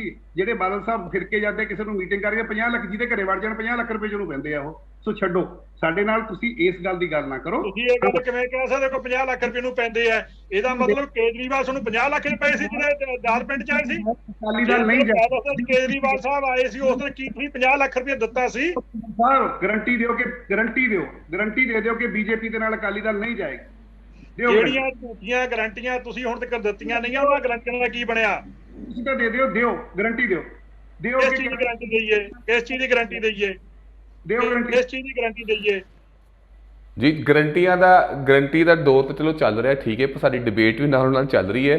ਤੇ ਮੈਂ ਆਖਰੀ 10 ਮਿੰਟਾਂ ਦੇ ਵਿੱਚ ਨਾ ਮੈਂ ਹਰ ਇੱਕ ਪਾਰਟੀ ਦੇ ਜਿਹੜੇ ਨੁਮਾਇੰਦੇ ਸਾਡੇ ਨਾਲ ਜੁੜੇ ਨੇ ਉਹਨਾਂ ਨੂੰ ਮੈਂ 3-3 ਮਿੰਟ ਦੇਣਾ ਚਾਹਾਂਗਾ ਤੇ ਸਵਾਲ ਪੁੱਛਣਾ ਚਾਹਾਂਗਾ ਕਿ ਜਿਹੜੀ ਮੌਜੂਦਾ ਜਿਹੜੇ ਮੁੱਦੇ ਨੇ ਉਹਨਾਂ ਤੇ ਕਿਵੇਂ ਹੱਲ ਕੀਤਾ ਜਾਏਗਾ। ਲੋਕਾਂ ਦਾ ਵਿਸ਼ਵਾਸ ਜਗਮਗਾ ਰਿਹਾ ਕਿਉਂਕਿ ਪਾਰਟੀਆਂ ਜਿਹੜੀਆਂ ਨੇ ਟੁੱਟ ਰਹੀਆਂ ਨੇ, ਅਲਾਇੰਸ ਹੋ ਰਹੇ ਨੇ, ਨਵੇਂ ਲੋਕ ਜੁੜਨਗੇ, ਕਿਸੇ ਨੂੰ ਨੁਕਸਾਨ ਹੋਏਗਾ, ਕਿਸੇ ਨੂੰ ਫਾਇਦਾ ਹੋਏਗਾ, ਪਰ ਮੁੱਦੇ ਕਦੋਂ ਸੋਲਵ ਹੋਣਗੇ? ਕਿਉਂਕਿ ਅਖੀਰ ਦੇ ਵਿੱਚ ਸਾਰੇ ਪੰਜਾਬ ਦੇ ਰਹਿਣ ਵਾਲੇ ਆ, ਪੰਜਾਬੀ ਮੁੱਦੇ ਨੇ, ਉਹਨਾਂ ਨੂੰ ਕਿਵੇਂ ਸੋਲਵ ਕੀਤਾ ਜਾਏਗਾ ਉਹਦੇ ਬਾਰੇ ਆਪਾਂ ਗੱਲ ਕਰਾਂਗੇ। ਸਭ ਤੋਂ ਪਹਿਲਾਂ ਮੈਂ ਜੈਰਤ ਸਾਹਿਬ ਨੂੰ ਪੁੱਛਣਾ ਚਾਹਾਂਗਾ। ਜੈਰਤ ਸਾਹਿਬ, ਤੁਸੀਂ ਜਿਹੜੇ ਹੁਣ ਤੱਕ ਸਵਾਲ ਹੋਏ ਨੇ ਉਹਨਾਂ ਦਾ ਕੀ ਜਵਾਬ ਦਿੰਦੇ ਹੋ, ਤੇ ਅੰਤ ਵਿੱਚ ਆਪਣੀ ਤੁਸੀਂ ਆਖਰੀ ਸਟੇਟਮੈਂਟ ਕੀ ਦਿੰਦੇ ਹੋ ਕਿ ਹਾਂ ਵੀ ਕਿਵੇਂ ਕਾਂਗਰਸ ਜਿਹੜੀ ਹੈ ਉਹ ਆਪਣਾ ਕੰਮ ਕਰੇਗੀ ਆਉਣ ਵਾਲੇ ਸਮੇਂ ਦੇ ਵਿੱਚ? ਇਸ ਤਰ੍ਹਾਂ ਜੀ ਦੇਖੋ, ਜਿਹੜੀ ਇੱਕ ਕਰਪਸ਼ਨ ਦੇ ਰੂਪ ਦੇ ਵਿੱਚ ਇੱਕ ਸੇਂਕ ਲੱਗੀ ਦੀ ਹੈ ਪੂਰੇ ਦੇਸ਼ ਦੇ ਵਿੱਚ, ਇੱਕ ਸਟੇਟ ਦੇ ਦੀ ਗੱਲ ਕੀ ਕਰਨੀ ਆਪਾਂ ਕਿ ਕਰਪਸ਼ਨ ਨੂੰ ਹਟਾਉਣ ਦੇ 2 ਤਰੀਕੇ। ਇੱਕ ਤਾਂ ਮੈਨੂਅਲ ਆ, ਜਿਹੜਾ ਕਿ ਜਿਹਨੂੰ ਅਸੀਂ ਮੈਨ ਪਾਵਰ ਨਾ ਕਹੀਦਾ, ਕਿ ਆਦਮੀ ਜੇ ਖੁਦ ਇਮਾਨਦਾਰ ਬਣ ਜਾਵੇ, ਜੇ ਮੈਂ ਇਮਾਨਦਾਰ ਬਣ ਜਾਵਾਂ, ਦੂਜੇ ਨੂੰ ਇਮਾਨਦਾਰ ਬਣਾਉਣ ਵੱਲ ਨਾ ਚੱਲਾਂ, ਤੇ ਸਾਰਾ ਸਿਸਟਮ ਇਮਾਨਦਾਰੀ 'ਚ ਹੋ ਸਕਦਾ ਹੈ। ਉਹਦਾ ਦੂਸਰਾ ਸਿਸਟਮ ਮੈਂ ਕਹੂੰਗਾ ਆਨਲਾਈਨ ਸਿਸਟਮ ਜਿਹੜਾ ਚੱਲ ਰਿਹਾ, ਉਹਦੇ ਨਾਲ ਵੀ ਇਮਾਨਦਾਰੀ ਬਹੁਤ ਤੇਜ਼ੀ ਨਾਲ ਅੱਗੇ ਆ ਰਹੀ ਹੈ। ਕਿਉਂਕਿ ਇਮਾਨਦਾਰੀ ਜਦੋਂ ਹੋ ਜਾਏਗੀ ਅੱਛੀ ਤਰ੍ਹਾਂ ਨਾਲ, ਮੈਂ ਕਿਸੇ ਪੋਲੀਟੀਕਲ ਪਾਰਟੀ ਦੀ ਗੱਲ ਇੱਥੇ ਆਪਾਂ ਕਰੀਏ ਅੱਛਾ ਨਹੀਂ ਲੱਗੇਗਾ, it is question of political system. ਕਿ ਸਿਸਟਮ 'ਚ ਸੁਧਾਰ ਲਿਆਉਣ ਦੀ ਬਹੁਤ ਜ਼ਰੂਰਤ ਹੈ। ਜਦੋਂ ਸਿਸਟਮ ਦੇ ਵਿੱਚ ਸੁਧਾਰ ਆ ਜਾਏਗਾ ਤੇ ਇਮਾਨਦਾਰੀ ਆ ਜਾਏਗੀ। ਜਿੱਦਾਂ ਅਸੀਂ ਤਹਿਸੀਲਾਂ ਦੀ ਗੱਲ ਕਰ ਲਈਏ 1 ਮਿੰਟ ਲਈ, ਅਸੀਂ ਜਨਰਲੀ ਕਹੀਦਾ ਕਿ ਭ੍ਰਸ਼ਟਾਚਾਰ ਬਹੁਤ ਹੈ ਜੀ, ਏਦਾਂ ਹੁੰਦਾ, ਪਰ ਅੱਜ ਜੇ ਉੱਥੇ ਆਨਲਾਈਨ ਸਿਸਟਮ ਨਾਲ ਰਜਿਸਟਰੀਆਂ ਹੋਣ ਲੱਗ ਪਈਆਂ, ਆਨਲਾਈਨ ਸਿਸਟਮ ਨਾਲ ਤੁਹਾਨੂੰ ਅਪਾਇੰਟਮੈਂਟ ਮਿਲਦੀ ਹੈ, ਈਵਨ ਵਸੀਅਤ ਵੀ ਕਰਨੀ ਆਨਲਾਈਨ ਸਿਸਟਮ ਨਾਲ, ਉੱਥੇ ਆਟੋਮੈਟਿਕ ਭ੍ਰਸ਼ਟਾਚਾਰ ਖਤਮ ਹੋ ਗਿਆ। ਕਿਸੇ ਨੂੰ ਮੈਨੂਅਲੀ ਉੱਥੇ ਕੋਈ ਡੱਡਾ ਰੱਖਣ ਦੀ ਜ਼ਰੂਰਤ ਨਹੀਂ। ਇੱਕ ਤਾਂ ਸਿਸਟਮ ਨੂੰ ਸੁਧਾਰਨਾ ਇਸ ਲੈਵਲ ਤੇ ਪਏਗਾ। ਦੂਸਰੀ ਗੱਲ ਜਿਹੜੀ ਮੈਂ ਕਰਦਾ ਕਿ ਜਨਤਾ ਦਾ ਤੁਹਾਨੂੰ ਇਹ ਚੀਜ਼ ਸੋਚਣਾ ਪਏਗਾ। ਅੱਜ ਪੰਜਾਬ ਦੇ ਵਿੱਚ ਜੇ ਪੰਜਾਬ ਸਕੂਲਾਂ ਦੇ ਵਿੱਚ ਟੌਪ ਮੋਸਟ ਆਇਆ, ਮੇਰੇ ਖਿਆਲ 'ਚ ਮੇਰੇ ਆਪੋਜੀਸ਼ਨ ਵਾਲੇ ਤਾਂ ਬੜੇ ਈਜ਼ੀਲੀ ਕਹਿ ਦੇਣਗੇ ਕਿ ਕੰਧਾਂ ਲਿਪਣ ਨਾਲ ਇਹ ਨਹੀਂ ਹੋ ਜਾਂਦਾ, ਪਰ ਉੱਥੇ ਸਿਰਫ ਕੰਧਾਂ ਨਹੀਂ ਦੇਖੀਆਂ ਗਈਆਂ, ਉੱਥੇ ਬੱਚਿਆਂ ਦੇ ਰਿਜ਼ਲਟ ਵੀ ਦੇਖੇ ਗਏ, ਟੀਚਰਸ ਦੀ ਐਬਿਲਿਟੀ ਵੀ ਦੇਖੀ ਗਈ, ਉਹਨਾਂ ਦੀ ਕੈਪੇਬਿਲਿਟੀ ਆਫ ਟੀਚਿੰਗ ਵੀ ਦੇਖੀ ਗਈ, ਬੱਚਿਆਂ ਨੂੰ ਕਿਸ ਤਰ੍ਹਾਂ ਨਾਲ ਇੰਗਲਿਸ਼ ਲਿਆਂਦੀ ਗਈ ਸਕੂਲਾਂ ਦੇ ਵਿੱਚ ਉਹ ਵੀ ਦੇਖਿਆ ਗਿਆ। ਇਸੇ ਤਰ੍ਹਾਂ ਸਿਸਟਮ ਦੇ ਵਿੱਚ ਆਪਾਂ ਨੂੰ ਵਿੱਚ ਵੜਨਾ ਪਏਗਾ। ਜਨਤਾ ਕੀ ਚਾਹੁੰਦੀ ਹੈ? ਜਿੱਥੇ ਸਟਰੀਟ ਲਾਈਟ ਦੀ ਲੋੜ ਆ ਅਸੀਂ ਸੜਕ ਬਣਾ ਦਈਏ ਆਪਣੇ ਟੈਂਡਰਾਂ ਦੀ ਖਾਤਰ, ਉਹ ਕੰਮ ਨਹੀਂ ਹੁਣ ਚੱਲਣਗੇ। ਪੀਪਲ ਆਰ ਅਵੇਅਰ, ਜਨਤਾ ਜਾਗਰੂਕ ਹੋ ਚੁੱਕੀ ਹੈ, ਜਨਤਾ ਆਪਣੇ ਹੱਕਾਂ ਪ੍ਰਤੀ ਹੁਣ ਬਹੁਤ ਜਾਗਰੂਕ ਹੈ, ਕਿਉਂਕਿ ਅੱਜ ਲੀਡਰਸ਼ਿਪ, ਅੱਜ ਰਾਜਨੀਤੀ ਪਹਿਲੇ ਵਾਲੀ ਨਹੀਂ ਰਹੀ, ਅੱਜ ਰਾਜਨੀਤੀ ਬਦਲ ਚੁੱਕੀ ਹੈ। ਰਾਜਨੀਤੀ ਦੇ ਵਿੱਚ ਲੋਕਾਂ ਦੇ ਵਿੱਚ ਤੁਹਾਨੂੰ ਵਿਚਰਨਾ ਪਏਗਾ, ਲੋਕਾਂ ਦੇ ਨਾਲ ਇੱਕ ਆਪਣਾ ਸੰਬੰਧ, ਲੀਡਰ ਔਰ ਪਬਲਿਕ ਦਾ ਸੰਬੰਧ ਪਬਲਿਕ ਵਰਗਾ ਹੀ ਹੋਣਾ ਚਾਹੀਦਾ, ਕੋਈ ਲੀਡਰ ਵੱਡਾ ਨਹੀਂ ਹੁੰਦਾ, ਇਹ ਚੀਜ਼ ਮੰਨਣੀ ਪਏਗੀ। ਔਰ ਭਰੋਸਾ ਲੋਕਾਂ ਨੂੰ ਇਹ ਹੋਣਾ ਚਾਹੀਦਾ ਕਿ ਗਰੰਟੀ, ਕਾਗਜ਼ੀ ਗਰੰਟੀ ਨਾਲ ਕੁਝ ਨਹੀਂ ਹੋਣਾ। ਕੁਝ ਲੋਕ ਕਹਿੰਦੇ ਕਿ ਇਹਨੂੰ ਜਿਹੜਾ ਇਹਨਾਂ ਦਾ ਮੈਨੀਫੈਸਟੋ ਮੰਨਦਾ ਉਹਨੂੰ 420 ਚ ਲਾਈਏ, ਲੋਕ ਇੰਨੇ ਵਿਹਲੇ ਨਹੀਂ ਕਿ ਲੋਕ ਕੇਸਾਂ ਦੇ ਵਿੱਚ ਪਾਣ। ਅੱਜ ਵਿਸ਼ਵਾਸ ਦਿਲ ਨਾਲ ਦਿਲ ਤੁਹਾਨੂੰ ਇਸ ਲੈਵਲ ਤੇ ਜੋੜਨਾ ਪਏਗਾ। ਹਰ ਇੱਕ ਪਾਰਟੀ ਲਈ ਮੈਂ ਕਹਿ ਰਿਹਾ, ਇਕੱਲੀ ਕਾਂਗਰਸ ਲਈ ਨਹੀਂ ਕਹਿ ਰਿਹਾ, ਕਿਉਂਕਿ ਕਾਂਗਰਸ ਨੇ ਵੀ, ਜੇ ਅੱਜ ਪੰਜਾਬ 'ਚ ਸਾਡਾ ਰਾਜ ਹੈ, ਦੇਸ਼ 'ਚ ਅਸੀਂ ਬਹੁਤ ਪਿਛੜ ਰਹੇ ਹਾਂ, ਦੇਸ਼ 'ਚ ਅਸੀਂ ਅੱਜ ਬਹੁਤ ਪਿੱਛੇ ਗਏ ਹਾਂ, ਕਾਂਗਰਸ ਨੂੰ ਵੀ ਉਸ ਲੈਵਲ ਤੇ ਸੋਚਣਾ ਪਏਗਾ ਕਿ ਇੰਨਾ ਪਿੱਛੇ ਆਪਾਂ ਕਿਉਂ ਗਏ, ਕਿੱਥੇ ਗਲਤੀਆਂ ਹੋ ਗਈਆਂ। ਅੱਜ ਵਰਕਰ ਨਾਲ ਤੁਹਾਡਾ ਕੰਟੈਕਟ 1 to 1 ਜਦੋਂ ਲੀਡਰ ਦਾ ਹੋਏਗਾ ਤੇ ਉਸ ਲੈਵਲ ਤੇ ਲੋਕਾਂ ਦੇ ਕੰਮ, ਮੈਂ ਦੱਸ ਰਿਹਾ ਕਿ ਪੈਸਾ ਬਹੁਤ ਹੈ, ਜਨਤਾ ਬਹੁਤ ਟੈਕਸ ਦਿੰਦੀ ਹੈ, ਉਸੇ ਟੈਕਸ ਦੇ ਨਾਲ ਤੁਹਾਡੇ ਕੋਲ ਲੀਡਰਸ਼ਿਪ ਕੋ ਪੈਸਾ ਇਕੱਠਾ ਹੋ ਰਿਹਾ, ਜਿੱਥੇ ਇੱਕ ਡੀਸੀ, ਇੱਕ ਮੁੱਖ ਮੰਤਰੀ ਦੀ ਤਨਖਾਹ ਵੀ ਉਸੇ ਟੈਕਸ ਦੇ ਪੈਸੇ ਚੋਂ ਬਾਹਰ ਨਿਕਲਦੀ ਹੈ। ਅਸੀਂ ਜਨਤਾ ਦੇ ਕੰਮ ਕਰਕੇ ਕੋਈ ਅਹਿਸਾਨ ਨਾ ਜਤਾਈਏ ਕਿ ਅਸੀਂ ਕੋਈ ਸੈਪਰੇਟ ਹੈ, ਅਸੀਂ ਉਸੇ ਜਨਤਾ ਦਾ ਮੁੱਲ ਉਹਨੂੰ ਵਾਪਸ ਕਰਨਾ ਹੈ। ਪਰ ਅੱਜ ਸਿਸਟਮ ਦੇ ਵਿੱਚ ਉਸ ਲੈਵਲ ਤੇ ਸਾਨੂੰ ਕੰਮ ਕਰਨੇ ਪੈਣਗੇ। ਲੋਕ ਏਦਾਂ ਦੇ ਲੀਡਰ ਦੇਖਣੇ ਚਾਹੁੰਦੀ ਹੈ। ਚੰਨੀ ਸਾਹਿਬ ਦੀ ਕੁਆਲਿਟੀ ਮੈਂ ਕਿਉਂ ਕਹੀ, ਕਿਉਂਕਿ ਲੋਕਾਂ ਨੂੰ ਉਹ ਚੀਜ਼ ਅੱਛੀ ਲੱਗੀ ਕਿ ਕੈਪਟਨ ਸਾਹਿਬ ਦਾ ਜਿਸ ਗੱਲ ਕਰਕੇ ਵਿਰੋਧ ਹੋ ਰਿਹਾ ਸੀ ਕਿ ਉਹ ਆਪਣੇ ਫਾਰਮ ਹਾਊਸ ਤੋਂ ਬਾਹਰ ਨਹੀਂ ਆਉਂਦੇ, ਉਹ ਪਟਿਆਲੇ ਦੇ ਮਹਿਲ ਤੋਂ ਬਾਹਰ ਨਹੀਂ ਆਉਂਦੇ, ਚੰਨੀ ਸਾਹਿਬ ਨੇ ਉਸੇ ਟ੍ਰੈਡੀਸ਼ਨ ਨੂੰ ਤੋੜਿਆ ਔਰ ਆ ਕੇ ਇੱਕ ਬੰਦੇ ਦੀ ਸ਼ਕਲ ਤੋਂ ਤੁਹਾਨੂੰ ਪਤਾ ਲੱਗ ਜਾਏਗਾ ਕਿ ਕਿਹੜਾ ਪ੍ਰਟੈਂਡ ਕਰਦਾ, ਕਿਹੜਾ ਦਿਖਾਵਾ ਕਰਦਾ ਔਰ ਕਿਹੜਾ ਵਾਕਈ ਜ਼ਮੀਨ ਤੋਂ ਆਇਆ। ਇਸ ਕਰਕੇ ਮੈਂ ਲੋਕਾਂ ਦੀ ਜਾਗਰੂਕਤਾ ਨੂੰ ਵੀ ਸੈਲੂਟ ਕਰਦਾ ਔਰ ਲੀਡਰਾਂ ਨੂੰ ਮੈਂ ਸਾਰਿਆਂ ਨੂੰ ਅਗਾਹ ਜ਼ਰੂਰ ਕਰੂੰਗਾ ਕਿ ਜਨਤਾ ਦੇ ਵਿੱਚ ਵਿਚਰ ਕੇ ਰਹੋਗੇ, ਜਨਤਾ ਦੇ ਕੰਮ ਕਰੋਗੇ, ਜਨਤਾ ਵੋਟਾਂ ਪਾਏਗੀ। ਨਹੀਂ ਤਾਂ ਇੱਕ 5 ਸਾਲ ਬੀਤਦੇ ਟਾਈਮ ਨਹੀਂ ਲੱਗਦਾ, ਜਨਤਾ ਤੁਹਾਨੂੰ ਸਬਕ ਸਿਖਾ ਦੇਗੀ ਅਗਲੀ ਜੀ। ਬਲਵਿੰਦਰ ਸਿੰਘ ਜੀ, ਤੁਸੀਂ ਕੀ ਕਹਿਣਾ ਚਾਹੁੰਦੇ ਹੋ? ਤੁਹਾਡੀ ਪਾਰਟੀ ਤੇ ਕਿਵੇਂ ਵਿਸ਼ਵਾਸ ਕਰਨ ਲੋਕ? ਕੀ ਪਾਲਿਸੀਆਂ ਤੁਸੀਂ ਲੈ ਕੇ ਆਉਣਗੇ ਤੇ ਕਿਵੇਂ ਜਿਹੜੇ ਕੰਮ ਨੇ ਸਾਰੇ ਸਿਰੇ ਚੜਨਗੇ? ਸੁਖਬੀਰ ਜੀ ਨੇ ਇਸ ਤੋਂ ਪਹਿਲਾਂ ਜੋ ਕਿਹਾ ਉਹ ਕਰਕੇ ਦਿਖਾਇਆ। ਉਹਨਾਂ ਨੇ ਕਿਹਾ ਸੀ ਪੰਜਾਬ ਦੀਆਂ ਸੜਕਾਂ ਬਹੁਤ ਵਧੀਆ ਬਣਾ ਦੇਵਾਂਗੇ। ਅੱਜ ਵੀ ਜਿੰਨੇ 4 ਮਾਰਗੀ ਰੋਡਸ ਨੇ ਜਾਂ 6 ਮਾਰਗੀ ਰੋਡਸ ਨੇ, 6 ਵੇ ਲਾਈਨਸ ਨੇ, 6 ਲੇਨ ਰੋਡਸ ਨੇ, ਉਹ ਸਾਰੇ ਦੇ ਸਾਰੇ ਸਾਡੇ ਟਾਈਮ ਦੇ ਵਿੱਚ ਬਣਾਏ ਗਏ। ਬਿਜਲੀ ਕਿਹਾ ਸੀ ਸਰਪਲਸ ਸੂਬਾ ਬਣਾਵਾਂਗੇ, ਤਾਂ ਬਿਜਲੀ ਦਾ ਸਰਪਲਸ ਸੂਬਾ ਬਣਿਆ ਔਰ ਇਹ ਸਾਰੀ ਦੁਨੀਆ ਨੇ ਵੇਖਿਆ। ਜੋ ਗੱਲਾਂ ਸਰਦਾਰ ਸੁਖਬੀਰ ਸਿੰਘ ਬਾਦਲ ਜੀ ਨੇ ਪਹਿਲਾਂ ਕਹੀਆਂ ਸੀ ਉਹ ਪੂਰਾ ਕੀਤੀਆਂ ਨੇ ਔਰ ਅੱਗੇ 13 ਨੁਕਾਤੀ ਪ੍ਰੋਗਰਾਮ ਜੋ ਸਾਡੀ ਪਾਰਟੀ ਨੇ ਦਿੱਤਾ ਹੈ। ਅਜੇ ਸਾਡਾ ਚੋਣ ਮੈਨੀਫੈਸਟੋ ਨਹੀਂ, ਚੋਣ ਮੈਨੀਫੈਸਟੋ ਸਾਡਾ ਆਉਣਾ ਹੈ।